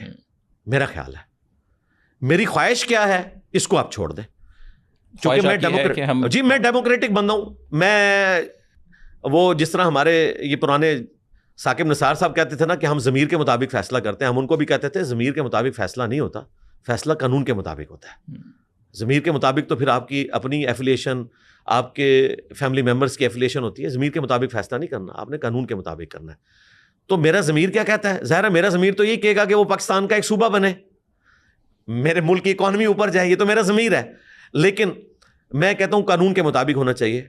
ڈیموکریسی جو کہتی ہے اس کے مطابق فیصلہ ہونا چاہیے. قرآن کا یہی حکم ہے, وہ امرہم شورا بینہم, آپس کے معاملات جو ہیں وہ مشورے سے طے پانے چاہیے, اور جمہور کی جو رائے ہے اس کو آپ ریگارڈ کریں. البتہ اگر کبھی ایسی صورتحال بنی, چلے میں اگلی بات بھی کر دیتا ہوں, ہمارے پلیٹ فارم سے یہی نیریٹو بیان ہوگا کہ ہم آپ کی رائے کا احترام کریں گے, لیکن ہماری خواہش یہ ہے کہ آپ پاکستان کے حق میں ووٹ دیں. لیکن اگر نہیں بھی دیں گے, ہم آپ کو نیشن اسٹیٹ کے طور پر ایکسیپٹ کریں گے, جس طرح ہم نے بنگلہ دیش کو ایکسیپٹ کر لیا. مجھ سے پوچھا جاتا, میں پاسٹ میں جا سکتا تو میں بانی پاکستان محمد علی جناح سے ریکویسٹ کرتا کہ پلیز سر, اتنے فاصلے کے اوپر ایک جو ریاست کا دوسرا ٹکڑا ہے اس کو اپنی زندگی میں ایک الگ ریاست بنا دیں, 2 نیشن اسٹیٹس بن جائے, کیونکہ یہ اس طرح ایگزسٹ نہیں کرے گا, کیونکہ بیچ میں آپ کا دشمن ملک انوالو ہے. اس وقت اگر وہ علیحدہ ہوتے تو وہ ایک ہیپی اینڈنگ ہوتی. آج یہ علیحدہ ہوئے، پاکستان نے عقلمندی کی، پاکستان نے ان کو علیحدہ تسلیم کیا. یہ ان کو عزت دینا ہے. اگر وہ الگ ملک بن گئے تو ہم ریگارڈ کرتے ہیں بنگلہ دیش کو الگ سے ایک نیشن اسٹیٹ کے طور پہ ہم تسلیم کرتے ہیں. ہمارے بھائی ہیں. جب الگ ہو گئے انہوں نے ڈیسیژن کیا. اس طریقے سے نہ ہوتا میں تو کہتا ہوں 1947 میں ہو جاتا. اور آج دیکھیں اللہ کا شکر ہے وہاں پہ ہماری جیسی جو توانا آوازیں تھیں وہ ٹاپ پہ آ گئی ہیں. آج وہ بانی پاکستان محمد علی جناح کا وہ دن بنا رہے ہیں. وہ کہتے ہیں کہ بنگلہ دیش کے بانی بھی محمد علی جناح ہیں. انیشلی تو انہوں نے آزادی لے کے دی. میں تو اس میں مزید ویلیو ایڈیشن کر رہا ہوں اپنے پلیٹ فارم سے کہ بانی پاکستان، بانی انڈیا، بانی بنگلہ دیش دو ہیں. پہلے نمبر پہ مہاتما گاندھی ہیں جنہوں نے یہاں انگریزوں کا جینا محال کیا، اور دوسرے نمبر کے اوپر محمد علی جناح ہے. اور یہ محمد علی جناح کی بہت بڑی کنٹریبیوشن ہے کہ ان سے زیادہ انٹیلیجنٹ، ان سے زیادہ انفلوئنس رکھنے والے جینیس لوگ تھے ابوالکلام آزاد اور مہاتما گاندھی. اور پوری کانگریس کھڑی تھی اور وہ نہیں چاہتی تھی کہ انڈیا ڈیوائیڈ ہو دو حصوں میں. یہ کمال ذہانت ہے محمد علی جناح کی کہ انہوں نے گوروں کو اس کے اوپر آمادہ کیا کہ دو ملک بن گئے. ورنہ آج ہمارے ساتھ وہی کچھ ہو رہا ہوتا جو انڈیا میں مسلمانوں کے ساتھ ہو رہا ہے. تو یہ ان کا بہت بڑا کمال ہے. لیکن جو مہاتما گاندھی ہیں میں ان کو سلوٹ کرتا ہوں. اس وقت بھی جب ہندوستان نے پاکستان کے اثاثے دبا لیے تھے انہوں نے بھوک ہڑتال کی اور پاکستان کو سب کچھ ملا. اور بلکہ ان کو اپنی جان دینی پڑی. ہندتوا سے ہی ایک متاثر تھا نتھو رام جس نے ان کو اسیسینیٹ کیا، تو ان کو سزا ملی ٹروتھ لور ہونے کی. تو میں تو یقین مانے 20ویں صدی کا سب سے بڑا اگر لیڈر کسی کو مانتا ہوں نا تو مہاتما گاندھی ہیں. محمد علی جناح کو بعد میں رکھتا ہوں. اوکے. آپ بہت زیادہ ذکر کرتے ہیں میں بہت ڈیموکریٹک ہوں، میں بہت ڈیموکریٹک ہوں. پھر ڈیموکریٹک پرسن اور جو نیشنل انٹرسٹ ہے اس کو آپ کیسے دیکھتے ہیں؟ بیکاز اب کشمیر ہمارا ہے، از اے نیشنل انٹرسٹ کے طور پر ہم اس کو کہتے ہیں. بے شک وہ ٹھیک ہے پیچھے جو بھی حالات ہیں کہ جی نیشنل انٹرسٹ کہتا ہے کہ یہ کرنا ہے، جھوٹ بولنا ہے تو جھوٹ بولیں گے. بھی ایک جیسے فوجی خاتون کی بھی ایک ویڈیو وائرل ہو رہی ہے، انہوں نے بھی کہا کہ ہمیں پسند نہیں ہے کہ ہم جو کرتے ہیں بٹ ہم ملک کے دفاع کے لیے یا ملک کے انٹرسٹ کے لیے یہ چیز کر رہے ہیں. تو ان دونوں چیزوں کو مطلب ان دو کانسیپٹس کو آپ کیسے دیکھتے ہیں؟ جھوٹ کے ساتھ آپ چل نہیں سکتے. ہم اسلامک ریپبلک آف پاکستان ہے نا، تو نبی الاسلام نے بھی کبھی نیشنل انٹرسٹ میں جھوٹ نہیں بولا. آپ نے تو ہمیشہ رول کو فالو کیا. صحیح بخاری میں حدیث ہے ابو جندل بیڑیوں میں جکڑے ہوئے معاہدہ لکھنے سے پہلے آ گئے تھے صلح حدیبیہ کے موقع پر اپنے باپ کی بیڑیوں سے بھاگ کے، اور ان کا باپ وہاں معاہدہ کرنے کے لیے سہیل ابن عمر سامنے بیٹھا ہوا تھا. معاہدہ ابھی لکھا نہیں گیا تھا، صرف زبانی کلامی طے ہوا تھا. اور معاہدے میں ایک شرط یہ تھی کہ اگر قریش مکہ سے کوئی بھاگ کر یہاں آیا تو نبی الاسلام اس کو واپس کریں گے. اگر مسلمانوں میں سے کوئی بھاگ کے وہاں گیا جو جانا ہی نہیں تھا تو وہ واپس نہیں کریں گے. نبی الاسلام نے ایگری کیا. یہ صرف زبانی طے ہوا تھا، ابھی معاہدہ لکھنا باقی تھا، اس کے بعد امپلیمنٹ ہونا تھا. اس سے پہلے ابو جندل وہاں آ گئے. بخاری کے الفاظ ہیں نبی الاسلام نے سہیل ابن عمر سے کہا کہ ابو جندل کو تو رہنے دو. اس نے کہا نہیں آپ مان چکے ہیں. تو نبی الاسلام نے اگرچہ معاہدہ لکھا نہیں ہوا تھا، صرف زبان کا پاس رکھتے ہوئے آپ نے ابو جندل کو کہا کہ تم واپس چلے جاؤ اپنے باپ کے ساتھ. مسلمان اس وقت خون کے آنسو رو رہے تھے کہ یہ باپ جو معاہدہ لکھنے آیا ہوا ہے، خیر وہ فتح مکہ پہ وہ بھی مسلمان ہو گئے الحمدللہ، یہ تو تکہ بوٹی کر دے گا اپنے بیٹے کی. اور نبی الاسلام نے اس کے ساتھ ایگری کیا اس لیے کہ رولز کو آپ نے فالو کرنا ہے. ابو داؤد ترمذی میں حدیث ہے حضرت معاویہ رضی اللہ تعالیٰ عنہ کے دور ملوکیت میں رومن امپائر کے ساتھ مسلمانوں کا ایک معاہدہ تھا، پیس ٹریٹی تھی. جو ایسٹرن رومن امپائر تھی وہ تو گرا لی تھی مسلمانوں نے، جو ویسٹرن رومن امپائر تھی. معاہدہ مغرب کے ساتھ ایکسپائر ہونا تھا کیونکہ مغرب کے بعد نیا دن شروع ہوتا ہے. حضرت معاویہ نے فوج لا کے بارڈر پہ بٹھا دی کہ جیسے ہی معاہدہ ایکسپائر ہوگا ہم ان پہ حملہ کر کے ان کا علاقہ چھین لیں گے. تو وہاں ایک سینئر صحابی گھوڑے کو ایڑی لگا کے مسلمانوں کی فوج کے آگے کھڑے ہو گئے کہ میں آپ کو اس طریقے سے معاہدہ نہیں توڑنے دوں گا، کیونکہ نبی الاسلام نے کہا تھا جب تک مخالف کو نہیں بتاتے اس طریقے سے آپ معاہدے کو ایکسپائر نہیں کر سکتے. اور سورۃ الانفال میں بھی آیا کہ اگر معاہدہ توڑنا ہے تو اوپنلی توڑنا ہے اور پھر جنگ ہوگی. اسی لیے مولانا مودودی نے محمد علی جناح کی مخالفت کی تھی کہ آپ گریلا وار کے لیے کشمیر میں اپنی فوج داخل نہیں کر سکتے، اوپن جنگ ڈکلیئر کریں. اوپر سے UN کی قراردادوں میں ہم بندے ہوئے ہیں اور آپ گریلا وار کر رہے ہیں. میرا موقف یہ ہے کہ اس زمانے میں بھی گریلا وار غلط تھی، کشمیر کی گریلا وار بھی غلط تھی، اور آج جو انڈیا گریلا وار کر رہا ہے بلوچستان میں وہ بھی غلط ہے. ہم ایک اصول کے اوپر کھڑے ہیں. تو حضرت معاویہ نے اپنا ڈیسیژن واپس لیا، فوج اٹھا لی. تو یہ یاد رکھیے گا کہ یہ جو ہمارے آصف غفور صاحب کہتے تھے نا کہ everything is fair in love and war, یہ بھائی دنیاوی جملہ ہے، مسلمان کی بات یہ نہیں ہے، کوئی چیز فیئر اس طرح نہیں. لیکن اگر آپ پھر اسلامی کانٹیکس میں دیکھیں تو یہ جو انٹیلیجنس وار ہوتی ہے پوری دنیا کے اندر، یہ تو پھر مطلب غلط ہے، نہیں کر سکتے ہیں. بٹ بخاری مسلم میں حدیث ہے تو وہ گوریلا وار ہے. وہ ایک الگ سے، اس میں بخاری مسلم میں الفاظ ہے کہ جنگ دھوکے کا نام ہے. جنگ میں آپ دھوکہ کر سکتے ہیں، جھوٹ بول سکتے ہیں، لیکن عہد کی پاسداری کرنی ہے، دو الگ چیزیں ہیں. لیکن جو عہد کیا ہے اس کی پاسداری آپ نیشنل انٹرسٹ میں پھر اگر آپ کوئی بات اس کانٹیکس میں کر رہے ہیں تو پھر تو وہ ٹھیک ہوئی. کیا اگر آپ کوئی بھی بات کر رہے ہیں کہ جی کشمیر ہمارا ہے، کوئی جھوٹ بول رہے ہیں، کچھ بھی کر رہے ہیں، نہیں ہماری خواہش تو ہے نا، ظاہر ہے. دیکھیں جو 1940 کی قرارداد تھی اس کے تحت تو جو مسلم اکثریت کے علاقے تھے وہ پاکستان کو ملنے تھے، اس کے تحت تو ہم صحیح بات کرتے ہیں، اگرچہ ہم نے خود اس پہ عمل نہیں کیا ہوا.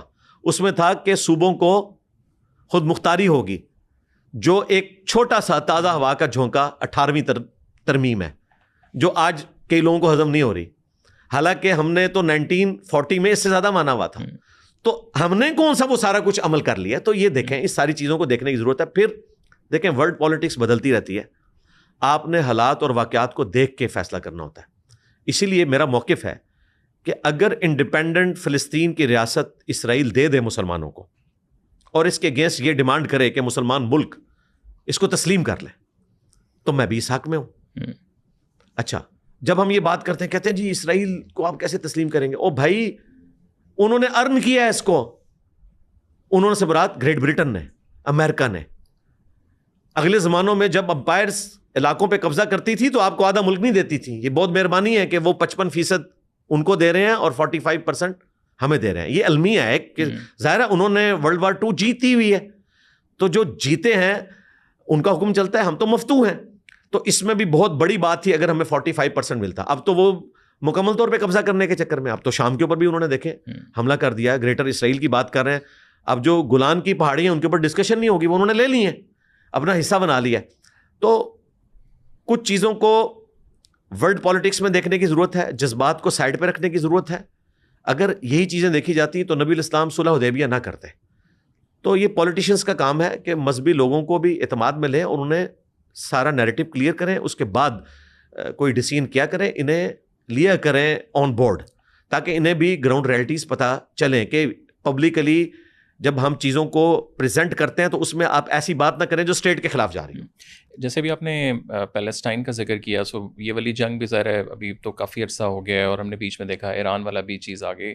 ایک اور آپ کہہ لیں تنقید جو بہت زیادہ لوگ آپ پہ کرتے ہیں کہ آپ ٹرمپ کو حضرت ٹرمپ بنا دیتے ہیں. وہ ٹھیک ہے اپنی جگہ ایک پاورفل بندہ ہے، سارا کچھ ہے، اور پھر ابھی بھی آپ نے جیسے کہا کہ اگر اسرائیل کو ہم میں بھی مان بھی لیں، ایک یہ بھی بیچ میں ذکر ہوا، پھر یہ ہوا کہ اگر فلسطینیوں کو چاہیے کہ وہ کہیں اور چلے جائیں آس پاس ممالک کے اندر، تو پھر جو اسلام ایک ریزسٹنس کا بھی تو سبق دیتا ہے کہ آپ کا ملک ہے، آپ کی جگہ، تو آپ تو پھر یہ کہہ رہے ہیں کہ یار ہم تو بالکل فارغ قسم کے لوگ ہیں، ابھی بس جو کچھ ہو رہا ہے ہم اسی کو مانیں. تو پھر حضرت امام حسین بھی تو کھڑے ہوئے تھے، تو پھر اس کانٹیکس میں پھر ہم کیسے اس کو دیکھتے ہیں؟ تو یہ 5 سوال آپ نے کیے ہیں، 5 سوال کر دیے ہیں، 5 الگ الگ ڈاکٹر. بٹ ایک آپ تھوڑا ہولسٹک بتا دیں.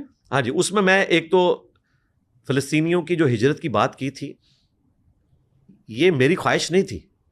اگر یہ میری خواہش ہوتی تو جب انڈیا نے پاکستان پہ حملہ کیا تھا تو میں نے پاکستان کو تو نہیں کہا کہ آپ ہجرت کر کے افغانستان چلے جائیں، کیونکہ مجھے پتا تھا کہ یہاں پہ کوئی مقابلہ ہو سکتا ہے. بلکہ میں نے تو ویڈیو ریکارڈ کروائی کہ ہمارے بڑے ہمیں بتائیں کہ ہم نے کیا کام کرنا ہے. یعنی یہ نہیں کرنا کہ ہم نے خود یا تلوار لے کے بارڈر پہ جانا، مراد یہ کہ ہم فائنینشیل سپورٹ کریں گے. لڑنا تو ہم نے کوئی نہیں، سیدھی سی بات ہے، اس کے لیے ٹریننگ کی ضرورت ہے. بیلچے کے اوپر تو آپ نے گولیاں نہیں روکنی ہیں. اچھا، تو 1948 سے لے کے آج تک آلموسٹ کوئی ملا کے اب 4 ملین کے قریب پناہ گزین کیمپوں میں فلسطینی بیٹھے ہوئے ہیں. وہ میرے مشورے پہ بیٹھے ہوئے ہیں، وہ تو میرے ابو کی پیدائش سے پہلے کے بیٹھے ہوئے ہیں. ٹھیک ہے، تو یہ ان کی خواہش ہے، کیونکہ ان کو اسرائیلی مارتے تھے تو وہ بارڈر پہ آ کے، آج بھی رفح بارڈر پہ بیٹھے ہوئے ہیں. تو میں نے ان کی خواہش کو انڈورس کیا. آج بھی وہ ویڈیوز بناتے ہیں کہ ہمیں دوسرے ملکوں میں جانے دیں. ان کی خواہش کو انڈورس کیا کہ جب ان کی خواہش ہے کہ ہم تو نہاتے ہیں. وہ ایک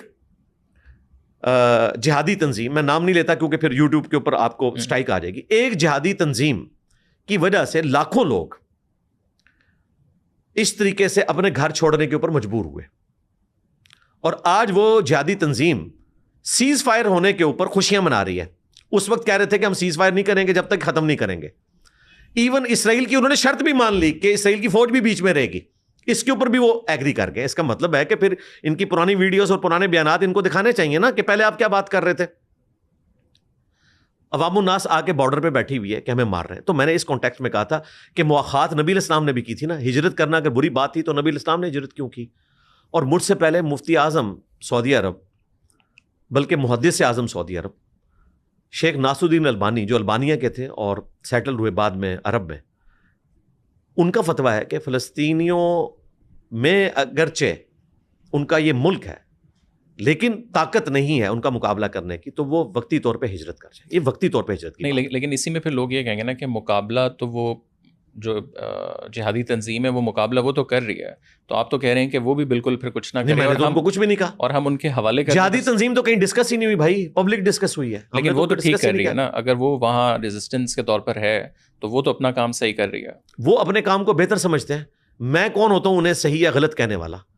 وہاں کے حالات ان کو پتہ ہے, وہ بہتر سمجھتے ہیں جو کچھ کر رہے ہیں. نہ میں انہیں غلط کہوں گا نہ انہیں ٹھیک کہوں گا. اس کی وجہ یہ کہ وہ اپنے حالات کو بہتر سمجھتے ہیں. میں یہاں بیٹھ کے پولیٹیکل بیان نہیں ہے. اس کی وجہ یہ ہے کہ پولیٹیکل بیان اس لیے نہیں ہے کہ میں نے ابھی آپ کو بتایا کہ وہ اپنے دعووں سے تو پیچھے ہٹ گئے نا. انہوں نے کہا تھا ہم نہیں ان کے ساتھ صلح کریں گے, اب صلح کرنے کے لیے بھی آمادہ ہوئے. تو یہ ایک طرف سے بات پکڑی جاتی ہے اور اس میں رنگ بھرے جاتے ہیں. رہی بات سیدنا حسین ابن علی کی, وہ بھی آؤٹ آف کانٹیکسٹ ہے. حسین ابن علی تو جنگ لڑنے گئے ہی نہیں کربلا, وہ تو شفٹ ہو رہے تھے کوفے میں. حضرت علی کے چاہنے والے موجود تھے کیونکہ انہوں نے خلافت کی تھی وہاں پہ, لوگ ان سے محبت کرتے تھے, عشق کرتے تھے. ہزاروں خطوط آئے, ان میں صحابہ بھی شامل تھے. انہوں نے کہا کہ آپ یہاں آئیں, ہم یہاں سے اپنی پولیٹیکل سٹرگل کو لانچ کریں گے اور یزید کے ساتھ مذاکرات کریں گے. الٹیمیٹلی ہو سکتا ہے قبائلی سسٹم میں اس وقت جنگ بھی ہو جاتی, بیوی بچوں کو لے کے میدان جنگ میں تو نہیں جایا جاتا. صرف 72 لوگوں نے تو نہیں ہونا تھا, ہزاروں لوگ جو تھے وہ بھی ہوتے, جو بعد میں پھر سامنے آئے. جو لوگ کہتے ہیں جی کوفیوں نے وفا نہیں کی, کوفیوں نے وفا کی ہے. توابون ہے, بعد میں شہید ہوئے ہیں عبید اللہ ابن زیاد سے لڑتے ہوئے. اور کچھ لوگوں نے پھر مختار سقفی کے ساتھ مل کے 22,000 قاتلین حسین کو قتل بھی کیا ہے. یہ آدھی پکچر آپ کو بتاتے ہیں. واقعہ کربلا کے بعد بھی ایک کربلا ہوئی ہے, ٹھیک ہے. اس میں مسلمان شہید ہوئے وہ لوگ جو اس وقت ساتھ نہیں دے سکے, اور اس کے بعد پھر ان کے لیے مصیبت ہوئی جو قاتلین حسین تھے, اور اللہ تعالیٰ نے مسلمانوں کو فتح دی مختار سقفی کی لیڈرشپ کے اندر. وہ ایک الگ سے ٹاپک ہے.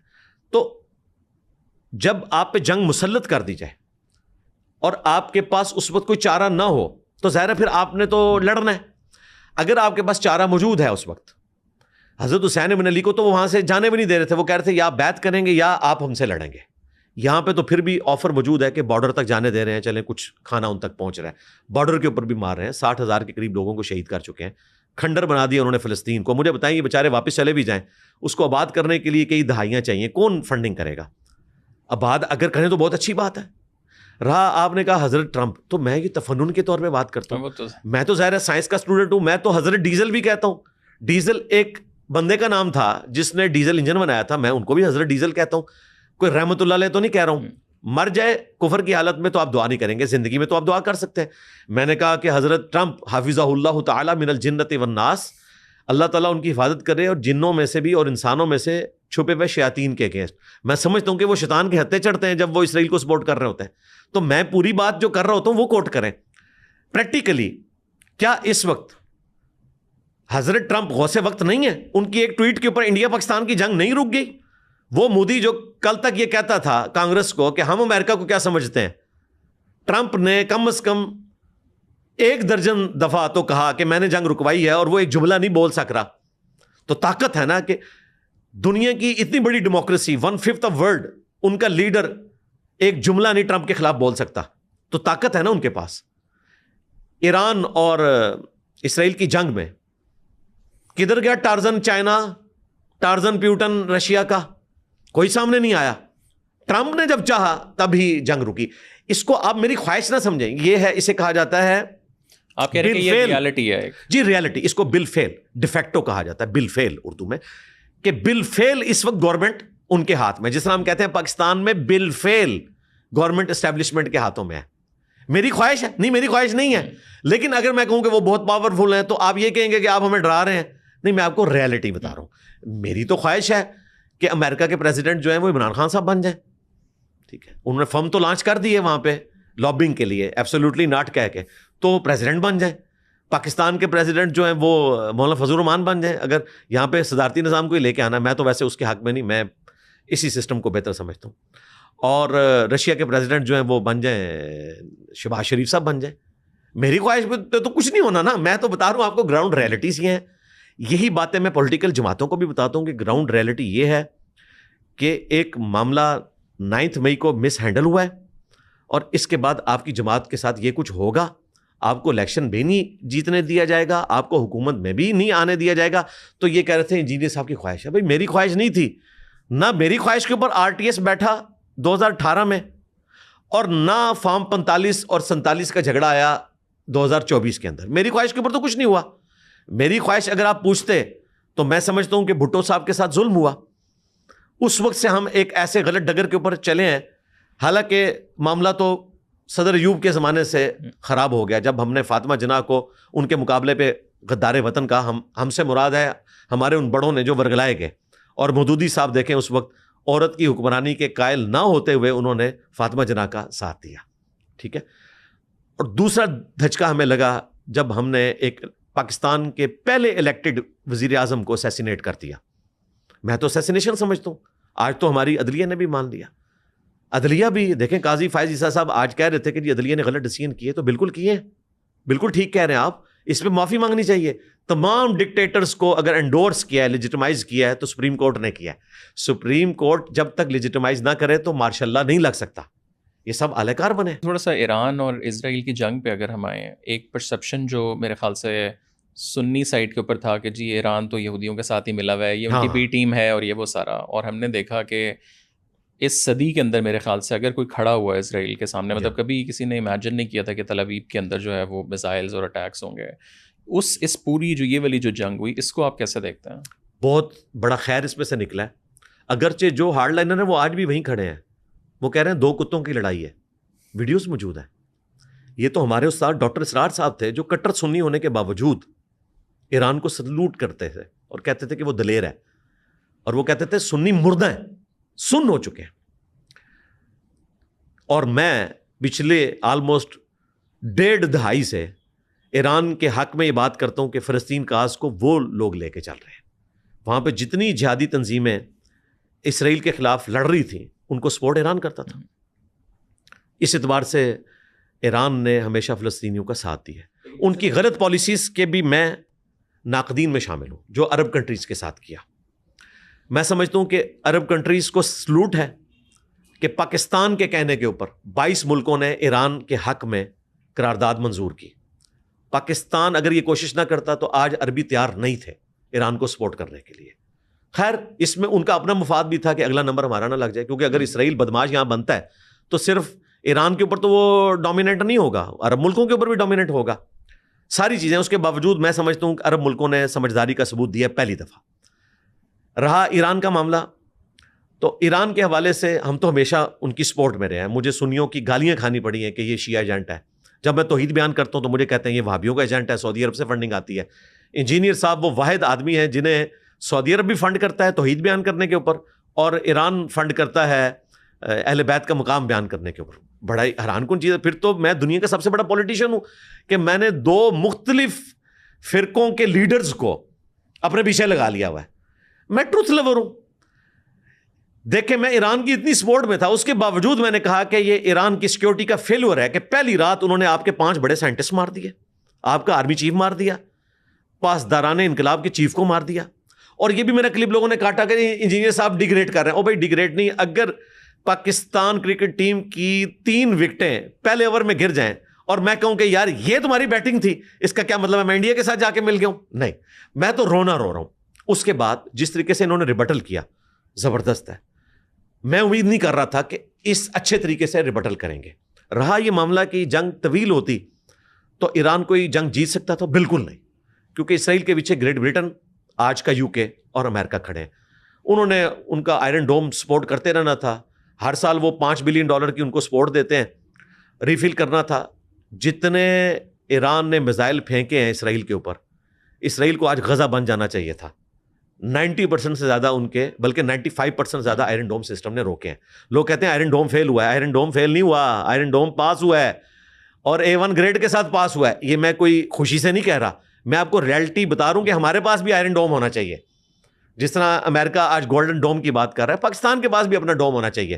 ہم جو ہے وہ بزرگوں کے ڈوم بناتے رہے ہیں, جن بزرگوں کے اوپر سے میزائل اڑ کے یہاں پہ گرے اور بزرگ جو ہیں وہ نگاہ مار کے وہ میزائل گرا نہیں سکے. ہم سے آپ سیمنٹ کے ڈوم بنوا لیں, وہ بھی مزاروں کے اوپر, جو ثابت ہی کوئی نہیں.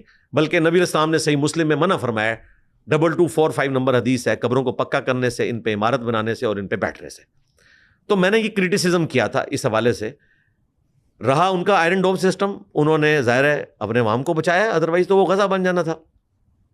لمبی جنگ چلتی تو ظاہر ہے 9 کروڑ کا ملک ہے ایران, ہر بندہ وہاں ریلیجسلی اپنے لیڈرز کے ساتھ اٹیچ ہے. میں نے سٹارٹ میں اپنی پہلی ویڈیو میں کہا تھا کہ رجیم چینج آپ وہاں نہیں کروا سکتے, اور اگر کروائی آپ نے وہ وقتی طور پہ ہوگی. وہاں کے پاپولر لیڈر کو آپ پاکستان کا پاپولر لیڈر نہ سمجھیں, جس کے لیے لوگ 5 بندے بھی نکلنے کے لیے تیار نہیں ہوتے ہیں. ووٹ ڈال دیں گے, نکلنے کے لیے تیار نہیں ہوں گے. وہاں بھائی کروڑوں بندہ خامنائی صاحب کی ایک آواز کے اوپر جان دینے کے لیے تیار ہے. اور بنیادی کیا وجہ ہے اس کی؟ اس کی وجہ یہ ہے کہ شیعہ کے اندر زندہ امام کی تقلید ہوتی ہے, جس طرح سنی مرے ہوئے اماموں کی تقلید کرتے ہیں, حالانکہ ان کے مسائل ابسلیٹ ہو چکے ہیں آج.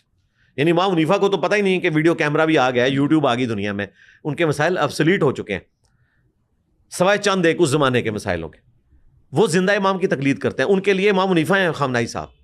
یا آپ کہہ لیں صوفیوں کے لیے جس طرح عبد القادر جیلانی آج اگر قبر سے نکل آئے تو کسی پیر کی پیری مریدی چل سکتی ہے, یا علی حجویری صاحب قبر سے نکل آئے تو پاکستان میں کوئی اور پیری مریدی کا دھندا چلا سکتا ہے؟ سب کہیں گے جی وہ بڑے داتا صاحب نکل آئے ہیں, تو ان کے داتا صاحب باہر ہیں, وہ قبر میں نہیں گئے ہوئے. ان کے داتا صاحب باہر ہی ہوتے ہیں, ان کے غوث پاک باہر ہی ہوتے ہیں, ان کے امام ابو حنیفہ باہر ہی ہوتے ہیں. وہ ان کی تقلید کرتے ہیں, ان کے ایک فتوے کے اوپر پوری شیعہ کمیونٹی اس کو فالو کرتی ہے. 2 بڑے ان کے آیت اللہ ہیں اس وقت, جن کو مرجع کہتے ہیں. آیت اللہ سستانی, جن کے ایک فتوے سے داعش ختم ہو گئی عراق سے, جس کو امریکہ شکست نہیں دے سکا. اور یہاں پہ ہیں خامنائی صاحب.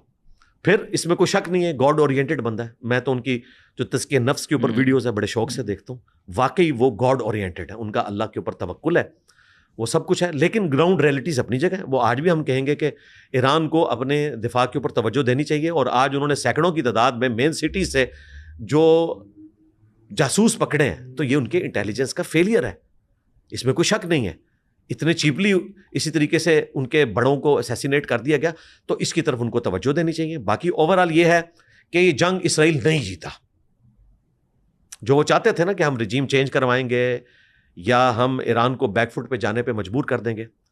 بہرحال اسرائیل جنگ نہیں جیتا اور ایران جنگ نہیں ہارا, یہ 2 سٹیٹمنٹس ہیں. جیتا تو کوئی نہیں جا رہا ہے. اس کی وجہ ہے کہ یہ جملہ پھر مسلمانوں کو برا لگے گا.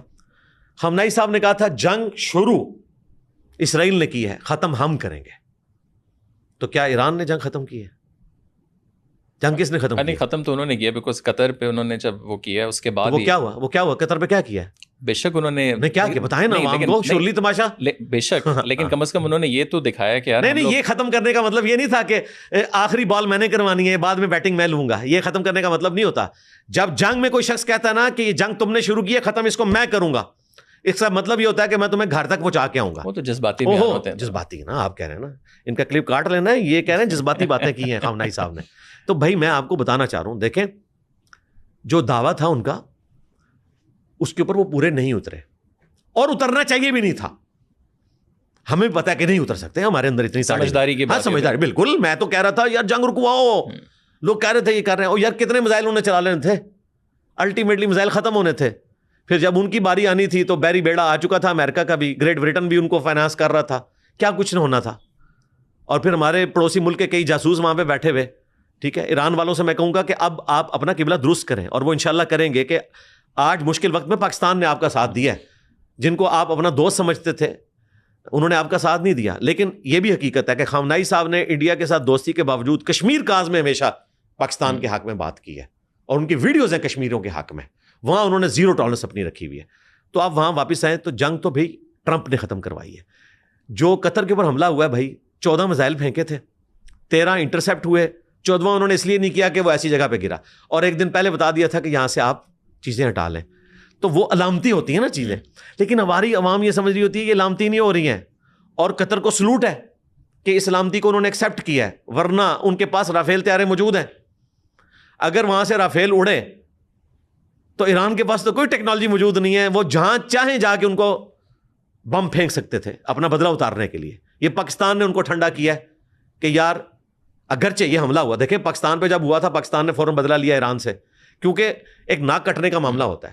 یہ قطر کو سلوٹ ہے کہ اس کے باوجود انہوں نے اس کا جواب نہیں دیا, سلوٹ ہے ان کو, ورنہ ان کو بھی چاہیے تھا وہ علامتی طور پہ کرتے کہ یار آپ نے ہمیں کیوں مارا, ہم آپ کے حق میں قرارداد منظور کر رہے ہیں, آپ نے ایک مسلمان ملک کے ساتھ کر دیا. کل کو صلح بھی قطر نہیں کروانی ہوتی ہے, دنیا میں جہاں بھی جھگڑے ہوتے ہیں چاہے وہ امریکہ اور افغانستان کا ہو, صلح قطر نہیں کروانی ہوتی ہے. تو قطر کے ساتھ, یعنی مجھ سے اگر پوچھ کے کوئی علامتی چیز کرنی تھی نا, قطر کے ساتھ کم از کم نہ کرتے یار. قطر تو آپ کی حمایت میں ہمیشہ کھڑا ہوا ہے یار, آپ کو ہر جگہ سپورٹ کرتا ہے ایران والوں کو. قطر کے ساتھ ایسا نہیں ہونا چاہیے تھا. باقی جو کچھ ہوا وہ علامتی ہوتا ہے, آپ کو پتہ ہے. اور اس سے پہلے قاسم سلیمانی کے ساتھ بھی جو کچھ ہوا, اس کے جواب میں جو کچھ ایران نے کیا وہ علامتی ہوا تھا. اور 1.5 سال پہلے جو 400-450 ڈرون اڑے اور کتنے گھنٹوں بعد وہاں پہنچے وہ بھی علامتی ہوا تھا. یہ علامتی ہوتے ہیں, لیکن عوام کو بتائیں یہ علامتی ہوتے ہیں. عوام یہ سمجھتی ہے کہ پتہ نہیں کیا کر دیا. جب ہم ریئلٹی بتاتے ہیں تو یہ کہتے ہیں آپ ان کے ساتھ ملے. ہم ان کے ساتھ نہیں ملے, آپ کو ریئلٹی بتاتے ہیں کہ آپ خوابوں کی دنیا میں نہ رہیں. آپ یہ نہ سمجھیں کہ دنیا میں آج اسرائیل ختم ہو گیا ہے, وہ تو اپنے معاملات کو بڑھاتے چلے جا رہے ہیں. اس وقت مسلمانوں کو یونٹی کی ضرورت ہے اور سائنس میں ترقی کی ضرورت ہے تاکہ آج ہم ان کا مقابلہ کر سکتے ہیں. آپ نے کہا کہ سائنس کی ترقی اور ہمیں اور چیزوں کی ضرورت ہے. جو ڈیجیٹل اسلامک اسکالرز ہیں, آپ ہیں اور بہت سے لوگ ہیں, ہم نے دیکھا کہ آپ لوگوں کی کانورسیشنز یا تو بہت زیادہ ریلیجیس, آپ ابھی جیسے بہت زیادہ پولیٹیکل گفتگو بھی کر رہے ہیں, بٹ جو ایک معاشرے کو تیار کرنے کے لیے ایک سوشل ایشوز کے اوپر بات, ایک انٹرپرینیورشپ پہ بات, ایک سائنس کی بات, ایک ٹیکنالوجی کی بات, اس کے اوپر ذرا فوکس جو ہے وہ کم ہوتا ہے. اور کون کرتا ہے مجھے بتائیں. سوات انسیڈنٹ ہوا ہے, لوگ ڈوبے ہیں, میری ویڈیو آئی. یہ جو بچی 9 مہینے بعد جس کی لاش ملی, حمیرہ اصغر, میں نے اس پہ پوائنٹ آف ویو سامنے رکھا قرآن و سنت کی روشنی میں. وہ پوائنٹ آف ویو رکھا جو مذہبی طبقے کو ہضم ہی نہیں ہوتا. میں نے بتایا کہ جو وہ کام کر رہی تھی نا, اس سے بڑا جرم نماز چھوڑنا ہے. نماز چھوڑنے کے اوپر کوئی اپنی بچی کو گھر سے نہیں نکالتا, اسے لا تعلقی نہیں کرتا, وہاں بھی نہیں کرنی چاہیے, سمجھانا چاہیے. اس معاملے میں 9 مہینے سے اس کے خاندان والوں نے کوئی رابطہ ہی نہیں کیا, تو وہ مجرم ہے. یہ کوئی دین نہیں ہے, اس کا ایک پروفیشن تھا. ہم اختلاف رکھتے ہیں لیکن آپ رحمی رشتوں کو اس طریقے سے کاٹ نہیں سکتے. تو میں ہمیشہ وہ اوپینین اڈاپٹ کرتا ہوں جو قرآن و سنت میں لکھا ہے. میں یہ پرواہ نہیں کرتا کہ اس سے آرتھوڈاکس جو سوچ والے لوگ ہیں وہ اس کو کیا سمجھیں گے, سیکولرز اس کو کیا سمجھیں گے. بھئی ہم ان کو کیا سمجھتے ہیں. ہم اپنے پلیٹ فارم سے ہر وہ بات کرتے ہیں جو قرآن و سنت کے دلائل کی روشنی میں. سب سے زیادہ سوشل ایشوز کے اوپر میری ویڈیوز ہیں. میری جو ویڈیوز ہیں ریلیجس ٹاپکس کے اوپر, وہ تو کئی سال پہلے کی ریکارڈ ہوئی ہوئی ہیں, ان کے کلپس چل رہے ہیں, وہ ملینز میں جا رہی ہیں. پچھلے کئی سالوں سے اس ہفتے کا جو کرنٹ افیئر ہوتا ہے میں اس کو ڈسکس کرتا ہوں, اس لیے تو ہماری ویورشپ آتی ہے. ورنہ میں اگر وہی باتیں ریپیٹ کر رہا ہوں, لوگوں کو نماز کا طریقہ بتا رہا ہوں, کس نے دیکھنا ہے. میں سوات انسیڈنٹ پہ بولا ہوں, میں حمیرہ اصغر کے ایشو کے اوپر بولا ہوں. ابھی اس ہفتے یہ رجب بٹ کا ایک کیس آیا ہے, اس کے گھر پہ فائرنگ ہوئی ہے. میں اس کو ٹاپک بناؤں گا انشاءاللہ اس آنے والی اتوار کو, پرسوں. لیکن ان ٹاپکس کو آپ لوگ کہتے ہیں کہ اس لیے بھی یوز کر رہے ہیں کہ آپ نے بھی کنٹمپریری اس میں ذرا رہنا ہے, اور آپ نے نہیں رہنا تو نہیں, میں نے کہا رہنا, مجھے فیم کی ضرورت نہیں ہے. ذرا ان ٹاپکس کو ڈسکس کرنے مجھے بتائیں مجھ سے زیادہ کس کی فیم ہوگی ڈیجیٹل میڈیا کے اوپر. مجھے کیا ضرورت ہے. کیا میں نے پولیٹیکل جماعت کو ہی لانچ کی ہے. لوگ کہتے تھے یہ اپنی جماعت بنائے گا, مذہبی نہ مذہبی بنائی نہ پولیٹیکل بنائی. لوگ کہہ رہے تھے یہ چندہ بک بنائے گا, وہ بھی نہیں میں نے کیا. میں نے اس سسٹم سے حاصل کیا ہے سوائے اس کے کہ میری لائف ونریبل ہوئی, میری فیملی کی لائف ونریبل ہوئی, میرے ٹیم ممبرز ان کی فیملیز کی لائف ونریبل ہوئی. میں نے کچھ حاصل نہیں نہ کیا, نہ ووٹ نہ نوٹ, کچھ بھی نہیں حاصل کیا. میں تو حضرت علی رضی اللہ تعالیٰ عنہ کی سنت پہ چلتے ہوئے فقیروں والی زندگی گزار رہا ہوں. میں تو پبلک گیدرنگز میں بھی نہیں آتا ہوں. تو میں نے اس سسٹم سے تو کچھ حاصل نہیں کیا نا, سوائے اس کے کہ میری لائف ونریبل ہوئی ہے, میرے چاہنے والوں قریبی دوستوں کی لائف ونریبل ہوئی ہے. تو میں نے اس سسٹم سے کوئی حاصل نہیں کیا. میں نے فیم کیوں حاصل کرنا ہے. اس سے زیادہ مجھے کیا فیم چاہیے کہ دنیا کا ہر بندہ جو دین کے ساتھ شغف رکھتا ہے, خواہ وہ کسی پولیٹیکل جماعت سے ہے, خواہ وہ کسی فرقے سے ہے, مجھے جانتا ہے. اور اگر وہ مجھے پسند نہیں کرتا تو اس کی اولاد میری ویڈیوز دیکھتی ہے. تو مجھے تو اس چیز کی ضرورت ہی نہیں ہے. تو یہ بات بالکل غلط ہے. میں ان رہنے کے لیے نہیں, میں یہ چاہتا ہوں کہ وہ طبقہ جو دین سے برگشتہ ہے, اگر وہ حمیرہ اصغر کے کیس کے اوپر میری گفتگو سن کے دین کی طرف آ سکتا ہے تو میں اس طریقے سے اسے دین کا ورژن پیش کروں کہ پوسٹ مارٹم کی شرعی حیثیت کیا ہے, اس وقت جو کچھ ہوا اس کی لاش کے ساتھ کیا معاملہ ہونا چاہیے, اس کے اوپر اسلامک رولنگز کیا ہیں, ماں باپ کو کیا سلوک کرنا چاہیے تھا اسلام کے رول کے تحت. سیکولرز تو کہتے ہیں نہیں ہمدردی کریں, میں نے اسلام کے رول کے تحت بتایا کہ کوئی بھی مذہبی باپ اپنی بیٹی کو اس بنیاد کے اوپر گھر سے نہیں نکال سکتا کہ وہ شوبز میں چلی گئی ہے. اس کا رائٹ ہے, وہ جوان ہے, غلط کر رہی ہے, آپ صرف بتائیں گے. اس کے بعد وہ اپنی قبر میں جائے گی, آپ اپنی قبر میں. قطع تعلقی آپ نہیں کریں گے, رحمی رشتوں کو آپ نہیں توڑ سکتے. اب یہ پوائنٹ آف ویو اگر ایک داڑھی پگڑی میں بندہ بیان کرتا ہے نا, تو مذہبی طبقے کو بھی پتہ چلتا ہے کہ یار ہم نے جو ہے وہ تقوی کا حیضہ اپنے اوپر سوار نہیں کرنا, قرآن و سنت کی تعلیمات یہ نہیں ہے. تو میں اس کے ذریعے سے ان رہنے کی کوشش نہیں کرتا ہوں, بلکہ لوگوں کو اسلام کے اندر ان کرتا ہوں کہ اسلام یہ ہے. یہ وجہ ہوتی ہے. لاسٹلی اگر ایک بچہ ابھی آپ کو دیکھ رہا ہے, اس جو دین کا نالج. اچھا ایک بات میں ایک چیز رہ جائے گی, جو آپ نے کہا ڈیجیٹل اسکالر, میں ڈیجیٹل اسکالر نہیں ہوں بھائی. وہ تو میں آپ کو بتا دوں, میں یہ ذرا کلیئر کر دوں, لوگوں کو غلط فہمی ہے میرے بارے میں. لوگ یہ سمجھتے ہیں کہ تبلیغی جماعت جو ہے وہ ڈیجیٹل جماعت نہیں ہے, وہ پبلک لیول کے اوپر ہے. بھائی ہماری دعوت پبلک لیول پہ تبلیغی جماعت سے زیادہ ہے. تبلیغی جماعت والے تو دروازہ کھٹکھٹا کے نا دروازے پہ بات کرتے ہیں, اور انجینئر صاحب کی ویڈیو دروازہ اپنی مرضی سے کھول کے, بیڈ روم کا دروازہ کھول کے وہاں بیٹھے ہوئے بچے کے موبائل میں چلی جاتی ہے, جس کا ابا جو ہے وہ انجینئر کو کافر سمجھ رہا ہوتا ہے. تو ہماری دعوت ڈیجیٹل دعوت نہیں ہے, صرف گراس روٹ لیول پہ گئی ہوئی ہے. میں پچھلے 17 سالوں میں 1 لاکھ سے زیادہ لوگوں سے فزیکلی مل چکا ہوں. ہر اتوار کو نئے 300 400 500 لوگ آتے ہیں, ان کو دوبارہ آنے پہ پابندی ہوتی ہے کہ آپ نے نہیں آنا, ہمارے پاس جگہ نہیں. اگر میں مرکز بناؤں نا, میں رائے ونڈ سے بڑا مرکز بنا سکتا ہوں. صرف پنڈی سے لاہور تک 1 ملین سے زیادہ ہمارے اسٹوڈنٹس موجود ہیں, 1 ملین سے زیادہ. اور یہ میں محتاط بات کر رہا ہوں, وہ ہر اتوار کو میرا درس سننے پہنچیں گے. لیکن ہم ظاہر ہے ہم نے ناشتہ دینا ہوتا ہے فری, چائے سموسہ سب کچھ. ہم تو سب کا خرچہ اس طرح نہیں اٹھا سکتے کہ 10-15 ہزار بندہ ہر اتوار کو یہاں آ جائے. ہمارا کوئی دھرنا پولیٹیکل جماعت کا تو نہیں ہے کہ کوئی ایک پراپرٹی ٹائکون جو ہے وہ مجھے سپورٹ کرے گا. ہم نے تو اپنے یوٹیوب سے جو کچھ کمائی ہوتی ہے, یا ہمارے جو اپنے قریبی میرے بھائی جس طرح 2 انگلینڈ میں ہیں, میرے قریبی دوست جو ہیں جو اس دعوت کے ساتھ جڑے ہوئے ہیں, اور وہ اپنے طور پہ کوئی سپورٹ کر دیتے ہیں, تو ہم اس کو سسٹم کو لے کے چل رہے ہیں. لاکھوں کا ہمارا خرچہ ہوتا ہے ہر مہینے کا. تو اللہ کا شکر ہے ہماری دعوت گراس روٹ لیول کے اوپر پہنچی ہوئی ہے. ڈیجیٹل نہ سمجھیے گا, یہاں میں فزیکلی ملتا ہوں, اور میں اسلامک واحد اسکالر ہوں جو پبلکلی لوگوں سے ملتا ہوں. اتنے فیم کے باوجود ڈاکٹر ذاکر نائک سے کوئی مل کے نہیں بتا سکتا, طارق جمیل صاحب سے کوئی مل کے نہیں بتا سکتا سفارشوں کے بغیر. میں 17 سالوں میں یہاں بیٹھا ہوں, ایک ناغہ بھی نہیں ہے ہر اتوار کو. اور ڈفرینٹ لوگ, کئی لوگ صرف 2-3 دن کے لیے امریکہ سے ہوٹل میں آ کے ٹھہرتے ہیں, مجھے ملنے آتے ہیں. انڈیا سے, افغانستان سے, کوئی ناغہ نہیں ہم کرتے, کینیڈا سے, رشیا سے, آسٹریلیا سے, پاکستان سے تو آتے ہیں, سندھ سے آتے ہیں, کراچی سے یا کے پی سے, ہر جگہ سے لوگ آتے ہیں. تو اللہ کا شکر ہے میں پبلکلی لوگوں سے ملتا ہوں. میرے سوا کوئی بندہ نہیں ملتا جو کہتے ہیں نہیں انجینئر صاحب تو بند کمرے میں بیٹھے ہیں. او بھائی میرے, میں اوپن بیٹھا ہوں. میں جتنا ونریبل ہوں آپ لوگ نہیں ہیں. آپ لوگ تو سمجھتے ہیں کہ, اور جو ریکارڈ کروا رہے ہوتے ہیں اکیلے کیمرے کے آگے بیٹھ کے نا, تو کہہ رہے ہوتے ہیں انجینئر کا جواب دے رہے ہیں. میری جتنی ریکارڈنگز آپ دیکھ رہے ہیں سوائے پوڈ کاسٹ کے, ادھر بھی لوگ بیٹھے ہوئے, پوڈ کاسٹ کے علاوہ میری ساری ریکارڈنگ جو ہیں وہ سیکنڈوں کے مجمع میں ہوتی ہیں.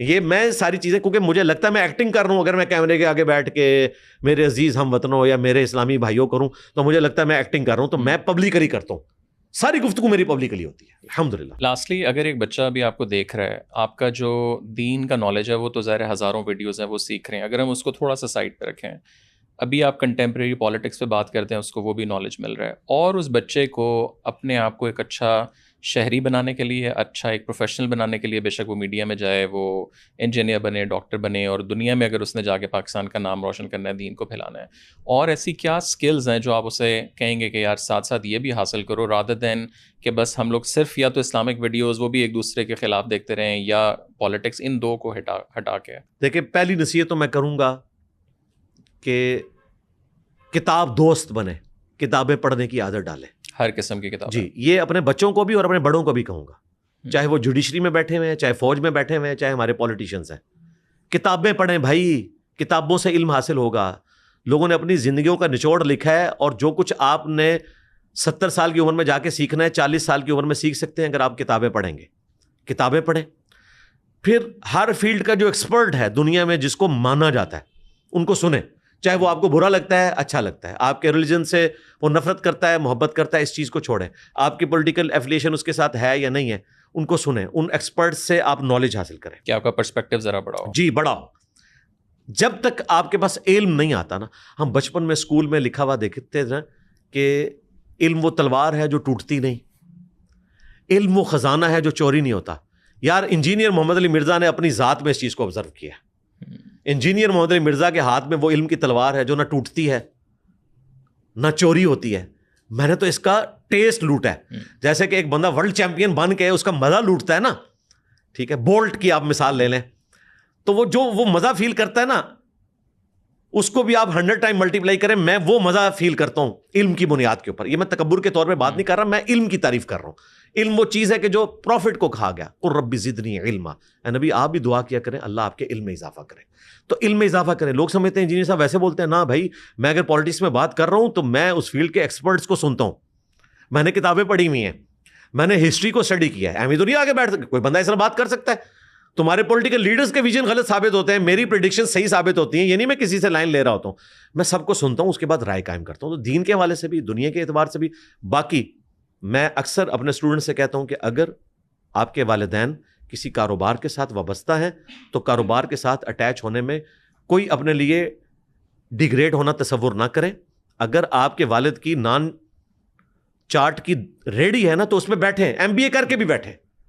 آپ کئی MBAs کو نوکری دے سکتے ہیں وہاں پہ, اس کے ذریعے کما کے. یہ نہ سمجھے کہ اب میں نے نوکری کرنی ہے, آپ کاروبار میں بھی ہیں. اور جب سے یہ فری لانسنگ والا ایک معاملہ شروع ہوا ہے, بنگلہ دیش میں اس وقت 6 ملین سے زیادہ لوگ اس کے ساتھ وابستہ ہیں. پاکستان بھی ٹاپ کے 10 ملکوں میں آ چکا ہے. حالانکہ ہماری جتنی آبادی ہے نا, ہمیں ٹاپ 3 میں ہونا چاہیے جہاں جو بے روزگاری والا معاملہ ہے. تو آپ سکلز اس طرح کی حاصل کریں, تعلیم کے اوپر توجہ دیں.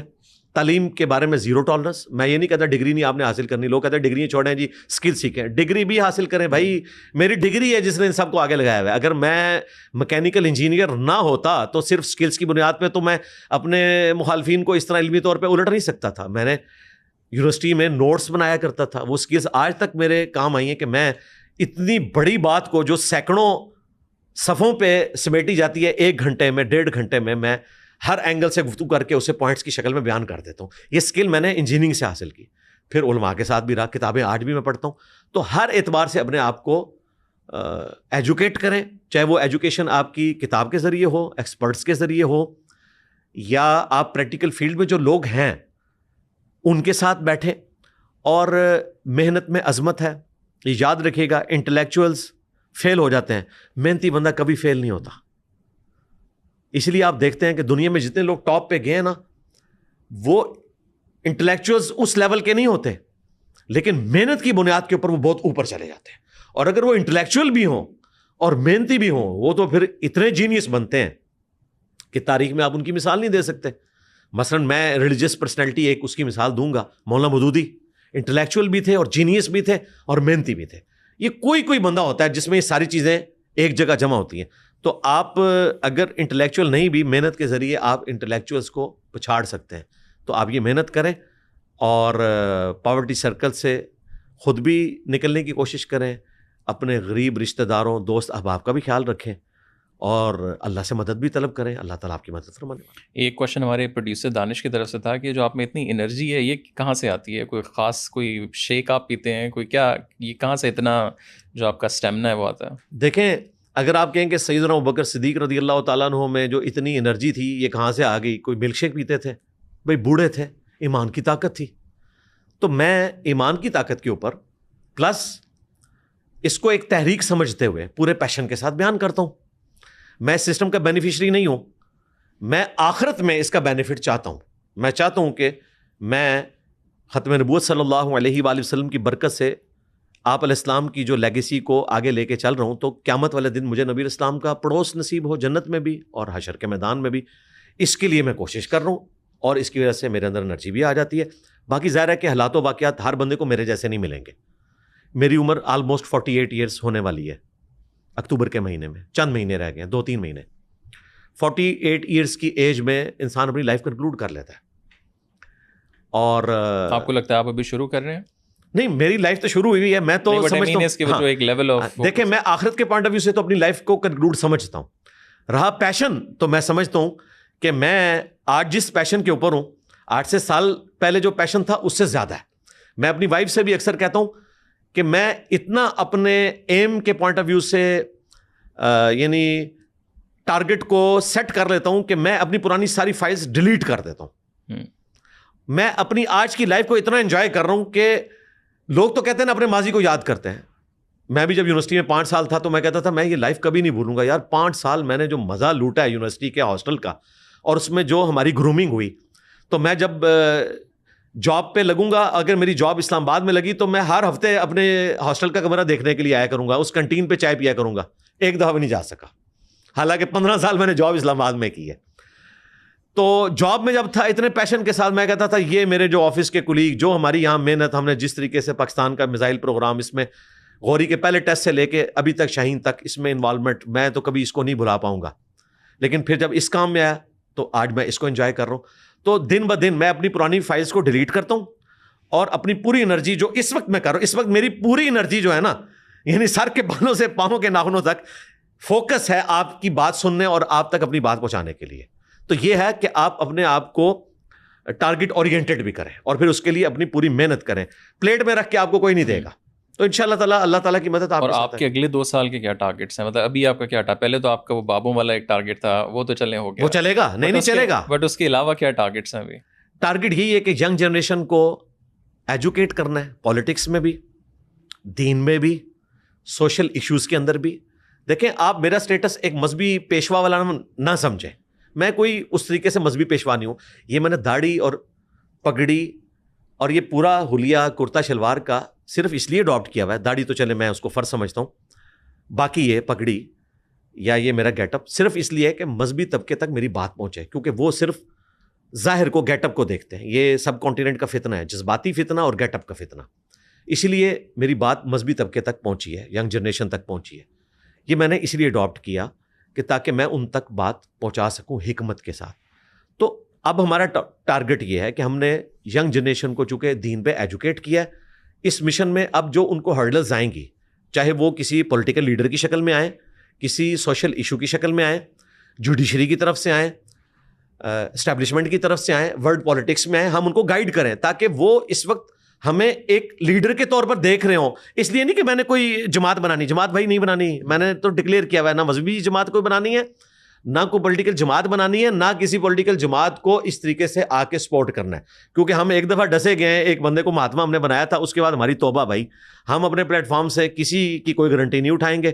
آپ خود اپنے مستقبل کو دیکھ سکتے ہیں, جس کے حق میں آپ چاہیں ووٹ ڈالیں. لیکن پھر جو مینٹل ہیلتھ ہے اس کو پھر آپ اپنا کیسے وہ کرتے ہیں؟ ظاہر ہے آپ تو لوگوں سے بھی اتنا مل رہے ہیں, نالج بھی ظاہر ہے جب آپ نے گین کرنا ہے, ویڈیوز بھی ریکارڈ ہو رہی ہیں, پوڈ کاسٹ بھی ہیں, اور یہ ظاہر ہے دماغی طور پر بڑا ایک وہ کام ہے. پھر اس کے اوپر FIRs بھی ہیں, تو ایک مینٹل ہیلتھ بھی تو ایک جینوئن چیز ہے. اگر آپ صرف یہ کہیں کہ نہیں وہ بس دین کا کام ہے تو اللہ تعالیٰ سپورٹ کرتا ہے, وہ ایک اپنی جگہ وہ چیز ہے, بٹ اس کو آپ پرسنلی پھر کیسے مینیج کرتے ہیں؟ دیکھیں پہلے نمبر پہ تو میں اللہ تعالیٰ کا شکر ادا کروں گا.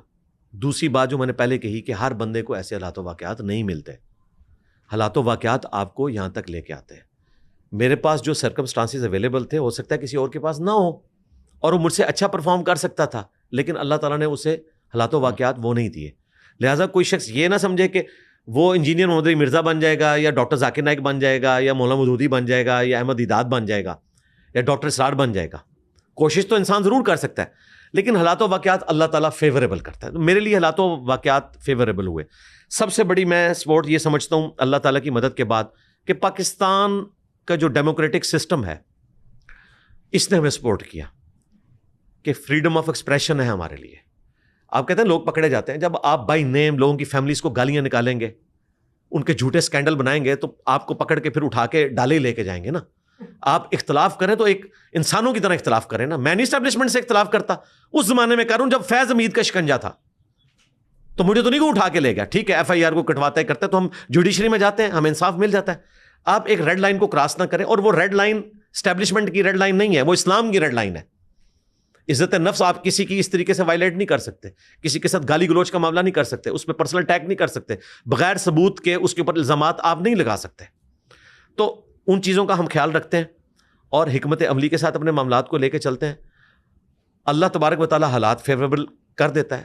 اور یہ جب سے FATF, پھر ضرب عزب, رد الفساد کے بعد جہادی تنظیمیں ہماری, ان کو جو اللہ تعالیٰ نے فوج کے ہاتھوں ذلیل کروایا نا, یہ ہمارے لیے فیوریبل ہوا ہے. ورنہ آج اگر جہادی تنظیمیں ملک میں ہوتی تو سب سے زیادہ اگر مجھے خطرہ تھا تو ان سے تھا. مجھے خطرہ کسی پولیٹیکل جماعت سے نہیں ہے, کسی مذہبی سیاسی جماعت سے بھی نہیں ہے, ان نان اسٹیٹ ایکٹر سے ہے جو اپنے فرقے کی محبت میں میرے ساتھ کچھ بھی ایکٹیویٹی پرفارم کر سکتے ہیں. اور کوشش ہوئی, 7-8 اٹیکس تو میرے اوپر ہو چکے ہیں, تو حالات و واقعات فیوریبل ہوئے. میں سعودی عرب میں بیٹھ کے دین کے اوپر یہ بات نہیں کر سکتا. وہ حسین کی بات سن سکتے ہیں, بنو امیہ کے خلاف بات سن سکتے ہیں, کبھی نہیں سنیں گے. یہ پاکستان میں بیٹھ کے کر سکتا ہوں. تو پاکستان کی فضا بھی فیوریبل, پھر پاکستان جو اب ٹھوکریں کھا کے جہاں پہ پہنچا ہے وہ فیوریبل. اور آج تو اسٹیبلشمنٹ نے وہ نیریٹو اڈاپٹ کر لیا جو ہمارا ہے. لوگ کہتے ہیں ہم آر سی ایم ہیں, ہم کہتے ہیں آر سی ایم تو شاہی کوئی نہیں. آر سی ایم کو جو بات آج سمجھ آئی ہے, ہم تو اس وقت کہتے تھے جب آر سی ایم جہادی تنظیموں کو سپورٹ کر رہا تھا. چائنا اور رشیا کو لیٹ ڈاؤن کرنے کے لیے امریکہ کی سپورٹ میں آر سی ایم یہ کہتا تھا کہ آپ جہادی تنظیموں کو فنڈنگ دیں. جو آج جو ہیں وہ ہمیں مذہبی درس دے رہے ہیں نا, ان کے بڑے وہ تھے جنہوں نے آر سی ایم سے پیسے کھا کے اس وقت, چونکہ جہاد ہمارا نیریٹو تھا ضیاء الحق کے دور میں اس کو غلط سمجھتا ہوں, میں اسے کوئی جہاد نہیں مانتا. ہم نے ایک کولڈ وار لڑی ہے, اس کا ہم نے خمیازہ بھگتا ہے. میں عمران خان صاحب کے ساتھ ہوں اس معاملے میں کہ پرویز مشرف نے جو کچھ کیا ہماری نسلیں بھگتیں گی. تو ضیاء الحق ہوں, پرویز مشرف ہوں, جو کچھ انہوں نے اس نیشن کے ساتھ کیا میں اسے غلط سمجھتا ہوں. آج بائی چانس ہماری اسٹیبلشمنٹ ہو, ہمارا پڑھا لکھا طبقہ ہو, یا ایون وہ لوگ جو اسلام دشمن سمجھے جاتے ہیں, اگر ان کا نیریٹو ہمارے والا ہو گیا کہ نان اسٹیٹ ایکٹر نہیں ہونا چاہیے, ڈیموکریٹک ویلیوز ہونی چاہیے, یہ تو اسلامک ویلیوز تھی, ہماری تو ہمیشہ سے یہی ویلیوز ہیں. اللہ کا شکر ہے. آپ دیکھیں میں نے آپ کی پوڈ کاسٹ میں کہا تھا کہ ہمیں آسما جہانگیر جیسے لوگوں کی ضرورت ہے. مجھے بتائیں اس حلیے میں ایک بندہ آسما جہانگیر کی بات کر رہا ہے, نجم سیٹھی کی بات کر رہا ہے, تو چھوٹی بات ہے. کہاں ان لوگوں کا ایک نیریٹو دین کے اعتبار سے, اور کہاں میں دین کے معاملے میں اتنا اسٹرانچ اپنے گیٹ اپ میں بھی, اپنے اعمال کے اندر بھی, اور میں اس طرح کی بات کر رہا ہوں. میں اچھے لوگوں کی تعریف کرتا ہوں, جہاں پہ بھی جو اچھے لوگ ہیں جن سے ہم لرن کر سکتے ہیں, ان سے سیکھ سکتے ہیں. مہاتما گاندھی کی تعریف کر رہا ہوں. مجھے بتائیں مذہبی طبقے کو اچھا لگتا ہوگا کہ میں انہیں محمد علی جناح سے بڑا لیڈر سمجھتا ہوں, تو لوگ تو کہیں گے یار یہ کیا کر رہا ہے, یہ ملک دشمنی کر رہا ہے. بھائی ہم سچائی کے اوپر کھڑے ہیں, جو جس بندے کی اچھی بات ہے ہم اس سے لرن کریں گے. بھائی ہم نے موسولینی سے بھی لرن کیا, ہٹلر سے بھی لرن کیا. ہم نے جو ہے وہ ہٹلر سے کیا لرن کیا کہ ہٹلر کس قسم کا ہوتا ہے. آج کے دور کے موسولینی یا ہٹلر کو سمجھنا ہے تو ہمارے پاس وہ رول ماڈل کے طور پہ یہ والا لرن کیا. ٹھیک ہے. اسی طریقے سے ہم نے لینن سے بھی لرن کیا, کارل مارکس سے بھی لرن کیا, ان کی بک سے بھی فائدہ اٹھایا. ہم نے فرینچ ریولیوشن سے بھی سیکھا, ہم نے گریٹ بریٹن سے بھی سیکھا, ہم نے چرچل سے بھی سیکھا کہ جنگ تو چرچل نے جتائی تھی ورلڈ وار 2, لیکن الیکشن وہ ہار گیا. اس کا مطلب ہے سلوٹ ہے ان لوگوں کو کہ انہوں نے پاپولرزم کو نہیں دیکھا. انہوں نے کہا کہ بھائی پاپولر ضرور ہے چرچل, لیکن اس وقت یہ چرچل ہمارا ملک نہیں چلا سکتا, چاہے اس نے ہمیں ورلڈ کپ جتایا ہے, ورلڈ وار 2 کا کپ. میں 1992 کے کپ کی بات نہیں کر رہا. یہ سینس ہے ان لوگوں میں کہ ورلڈ کپ واقعی جس نے جتایا تھا ورلڈ وار 2 کا, تو انہوں نے اس کو اگلی دفعہ نہیں الیکٹ کیا. ان کا نہیں, وزیر اعظم نہیں ہے, اب ہو سکتا ٹھیک ہے وہ تھا اس فیلڈ میں تھا, اب ہمیں نئے بندے کی ضرورت ہے. یہاں پہ کہتے ہیں نہیں مرتے دم تک یہ ہماری جذباتی افیلیشن ہے اس کے ساتھ, اور ہم اپنے آپ کو بھی کلیم نہیں کرتے کہ ہم نے کوئی پالیٹکس میں آنا ہے, کوئی مذہبی کو جماعت بنانی ہے. مولانا مودودی کو پوری زندگی یہ لوگ گالیاں دیتے تھے کہ یہ جو ہے وہ دعوی نبوت کر دے گا. مودودی صاحب کو 50 سال ہونے والے ہیں دنیا سے گئے ہوئے, 1979 میں فوت ہوئے, کوئی دعوی نبوت نہیں کیا. ان کے خلاف بھونکنے والوں کے بچے بھی جوان ہوئے میں اپنے بزرگوں کے گناہوں کی معافی مانگے. میرے بارے میں بھی کہتے تھے دعوی نبوت کرے گا, اپنی مذہبی جماعت بنائے گا, پولیٹیکل جماعت بنائے گا, اسٹیبلشمنٹ سے چندہ لے گا. نہیں, کچھ بھی نہیں, آج تک تو کچھ نہیں ہوا. جب آپ اس ساری چیز سے نکل جاتے ہیں, پوڈ کاسٹ ہو جاتے ہیں, گھر چلے جاتے ہیں, پگڑی اتار دی, ایک علی جو ہے وہ ایک جب آپ اس میں آتے ہیں تو آپ وہ جو اس کو ہم ڈاؤن ٹائم کہتے ہیں, اس ٹائم آپ پھر کیا کرتے ہیں out side of the knowledge? اور یہ جی میں مسلسل اپنے آپ کو مصروف رکھتا ہوں. میں آلموسٹ 8 سے 10 گھنٹے اپنے روزانہ اپنے آپ کو ایجوکیٹ کرنے میں صرف کرتا ہوں. اور آج کل تو ذریعہ یوٹیوب ہے, کرنٹ افیئرس سارے, میں ورلڈ پالیٹکس بھی دیکھ رہا ہوتا ہوں, پاکستان کی لوکل پالیٹکس بھی دیکھ رہا ہوتا ہوں. پھر کوئی سائنسی چیزیں ایسی سامنے آ رہی ہوتی ہیں, وہ میں نے سارے چینلز جو ہیں وہ سبسکرائب کیے ہوئے ہیں. میں دھروو راٹھی کو بھی سنتا ہوں. یوٹیوب پہ زیادہ ٹائم گزرتا ہے؟ جی ظاہر ہے یوٹیوب کے اوپر. اور جہاں مجھے کوئی چیز لگتی ہے تو پھر میں گوگل میں جا کے سرچ کرتا ہوں, بکس کے PDF ڈاؤن لوڈ کرتا ہوں, اس کو میں دیکھتا ہوں کہ یہ کیا اسی طریقے سے چیز لکھی ہوئی ہے. اور ہمارے جو مخالفین ہیں, ناقدین ہیں, اگر کوئی علمی بات کریں تو اس سے بھی ہم سیکھتے ہیں, اور پھر اپنی اصلاح کی کوشش کرتے ہیں یا انہیں پھر علیحدہ سے فون پہ بتانے کی کوشش کرتے ہیں کہ بھائی آپ نے کیا الزام لگایا. فون پہ وہ سارے معافی مانگ رہے ہوتے ہیں. حالیہ دنوں میں کئی لوگ ایسے ہیں جن سے میں جب رابطہ کرتا ہوں تو وہ سوری بول دیتے ہیں, لیکن ویورشپ انہوں نے لے لی ہوتی ہے جھوٹ بول کے یا غلط فہمی کی بنا کے اوپر. تو اپنے آپ کو میں مصروف رکھتا ہوں. میں یعنی جب تک نیند کے غلبے کی وجہ سے بستر پہ گر نہ جاؤں اس وقت تک میں اپنے آپ کو مصروف رکھتا ہوں. اور یہ اس لیے رکھتا ہوں کہ میری ہابی ہے ایجوکیشن, پلس گناہوں سے بچنے کا سب سے آسان طریقہ یہ کہ آپ اپنے آپ کو مصروف رکھیں. اور یہی ہم اپنے اسٹوڈنٹس کو بھی بتاتے ہیں کہ خالی ذہن ہوں گے تو کوئی فائدہ نہیں ہوگا, شیطان کی ماجگاہ بنے گا اور اس میں سے نکلے گا بھی کچھ نہیں. تو اپنے آپ کو مصروف رکھیں. علی بھائی تھینک یو سو مچ, بہت شکریہ. آئی ہوپ اس میں سے کوئی کلپس ہمارے غلط طریقے کے ساتھ نہ وائرل ہوں اس دفعہ. نہیں, میں تو امید کرتا ہوں کہ غلط وائرل ہوں, پھر میں جواب دے کے ان پولیٹیکل لیڈرز کی بھی اور مذہبی پیشواؤں کی بھی, ان کے اندھے فالوورز کی بھی منجی ٹھوکوں. میں تو دسا میری انرجی بہت ہے بھائی, تو میں تو منجی ٹھوکاں گا انشاءاللہ تعالیٰ. یہ ذریعہ ہوتا ہے, شر میں سے اللہ تعالیٰ خیر نکالتا ہے. صلح حدیبیہ میں کچھ شرائط شر تھیں, نبی علیہ السلام نے ایکسیپٹ کیا وقتی طور پہ, لیکن اسی میں سے خیر نکلا, اور وہی جو ہے نبی علیہ السلام کے لیے فتح مکہ کا پیش خیمہ ثابت ہوئی, اور اللہ تعالیٰ نے اسی وقت فرما دیا تھا انا فتحنا لک فتحا مبینا. تو میرا فیول ہے یہ کلپس کٹ کے جب آتے ہیں نا تو مجھے موقع ملتا ہے کہ اچھا میں اب مزید ایکسپوز کروں گا. میں نے صحافیوں کو, مذہبی پیشواؤں کو ایکسپوز کیا اس بنیاد کے اوپر ہے کہ بھائی یہ تو کٹی ہوئی بات تھی, تو دیکھو تم نے کیا کیا. تو ان کے ماننے والے کہتے ہیں انجینئر صاحب تو پھر جو ہے وہ درست ہو گئے. اس کے بعد کیا ہوتا ہے, ہمارے اس پلیٹ فارم سے صرف میری کریڈیبلٹی میں اضافہ نہیں ہوا, باقیوں ساروں کی جو کریڈیبلٹی ہے وہ تو مر گئی. میں وہ لفظ نہیں بولنا چاہتا, وہ تو مر گئی. اس وجہ سے مری کہ انہوں نے غلط کلپس کاٹے. تو مجھے کوئی اس کی پرواہ نہیں ہوتی ہے. میں 1 سال کا انتظار تو نہیں کیا آپ کا, میں نے اپنے پلیٹ فارم سے جتنے جھوٹے الزامات تھے ساتھ ساتھ جواب دے رہا ہوں. تو میں تو چاہ رہا ہوں کلپ کٹیں اور آپ وہ کلپ بھیجیں, پھر ہم اس کے جواب دیں گے انشاءاللہ تعالیٰ. پھر سال بعد ملاقات ہوگی آپ سے. ہاں سال بعد ہی رکھے, میرا خیال ہے یہ مہینہ سال کے اندر تو کافی تبدیلی آ چکی ہوتی ہے نا. تو بہت شکریہ, تھینک یو سو مچ.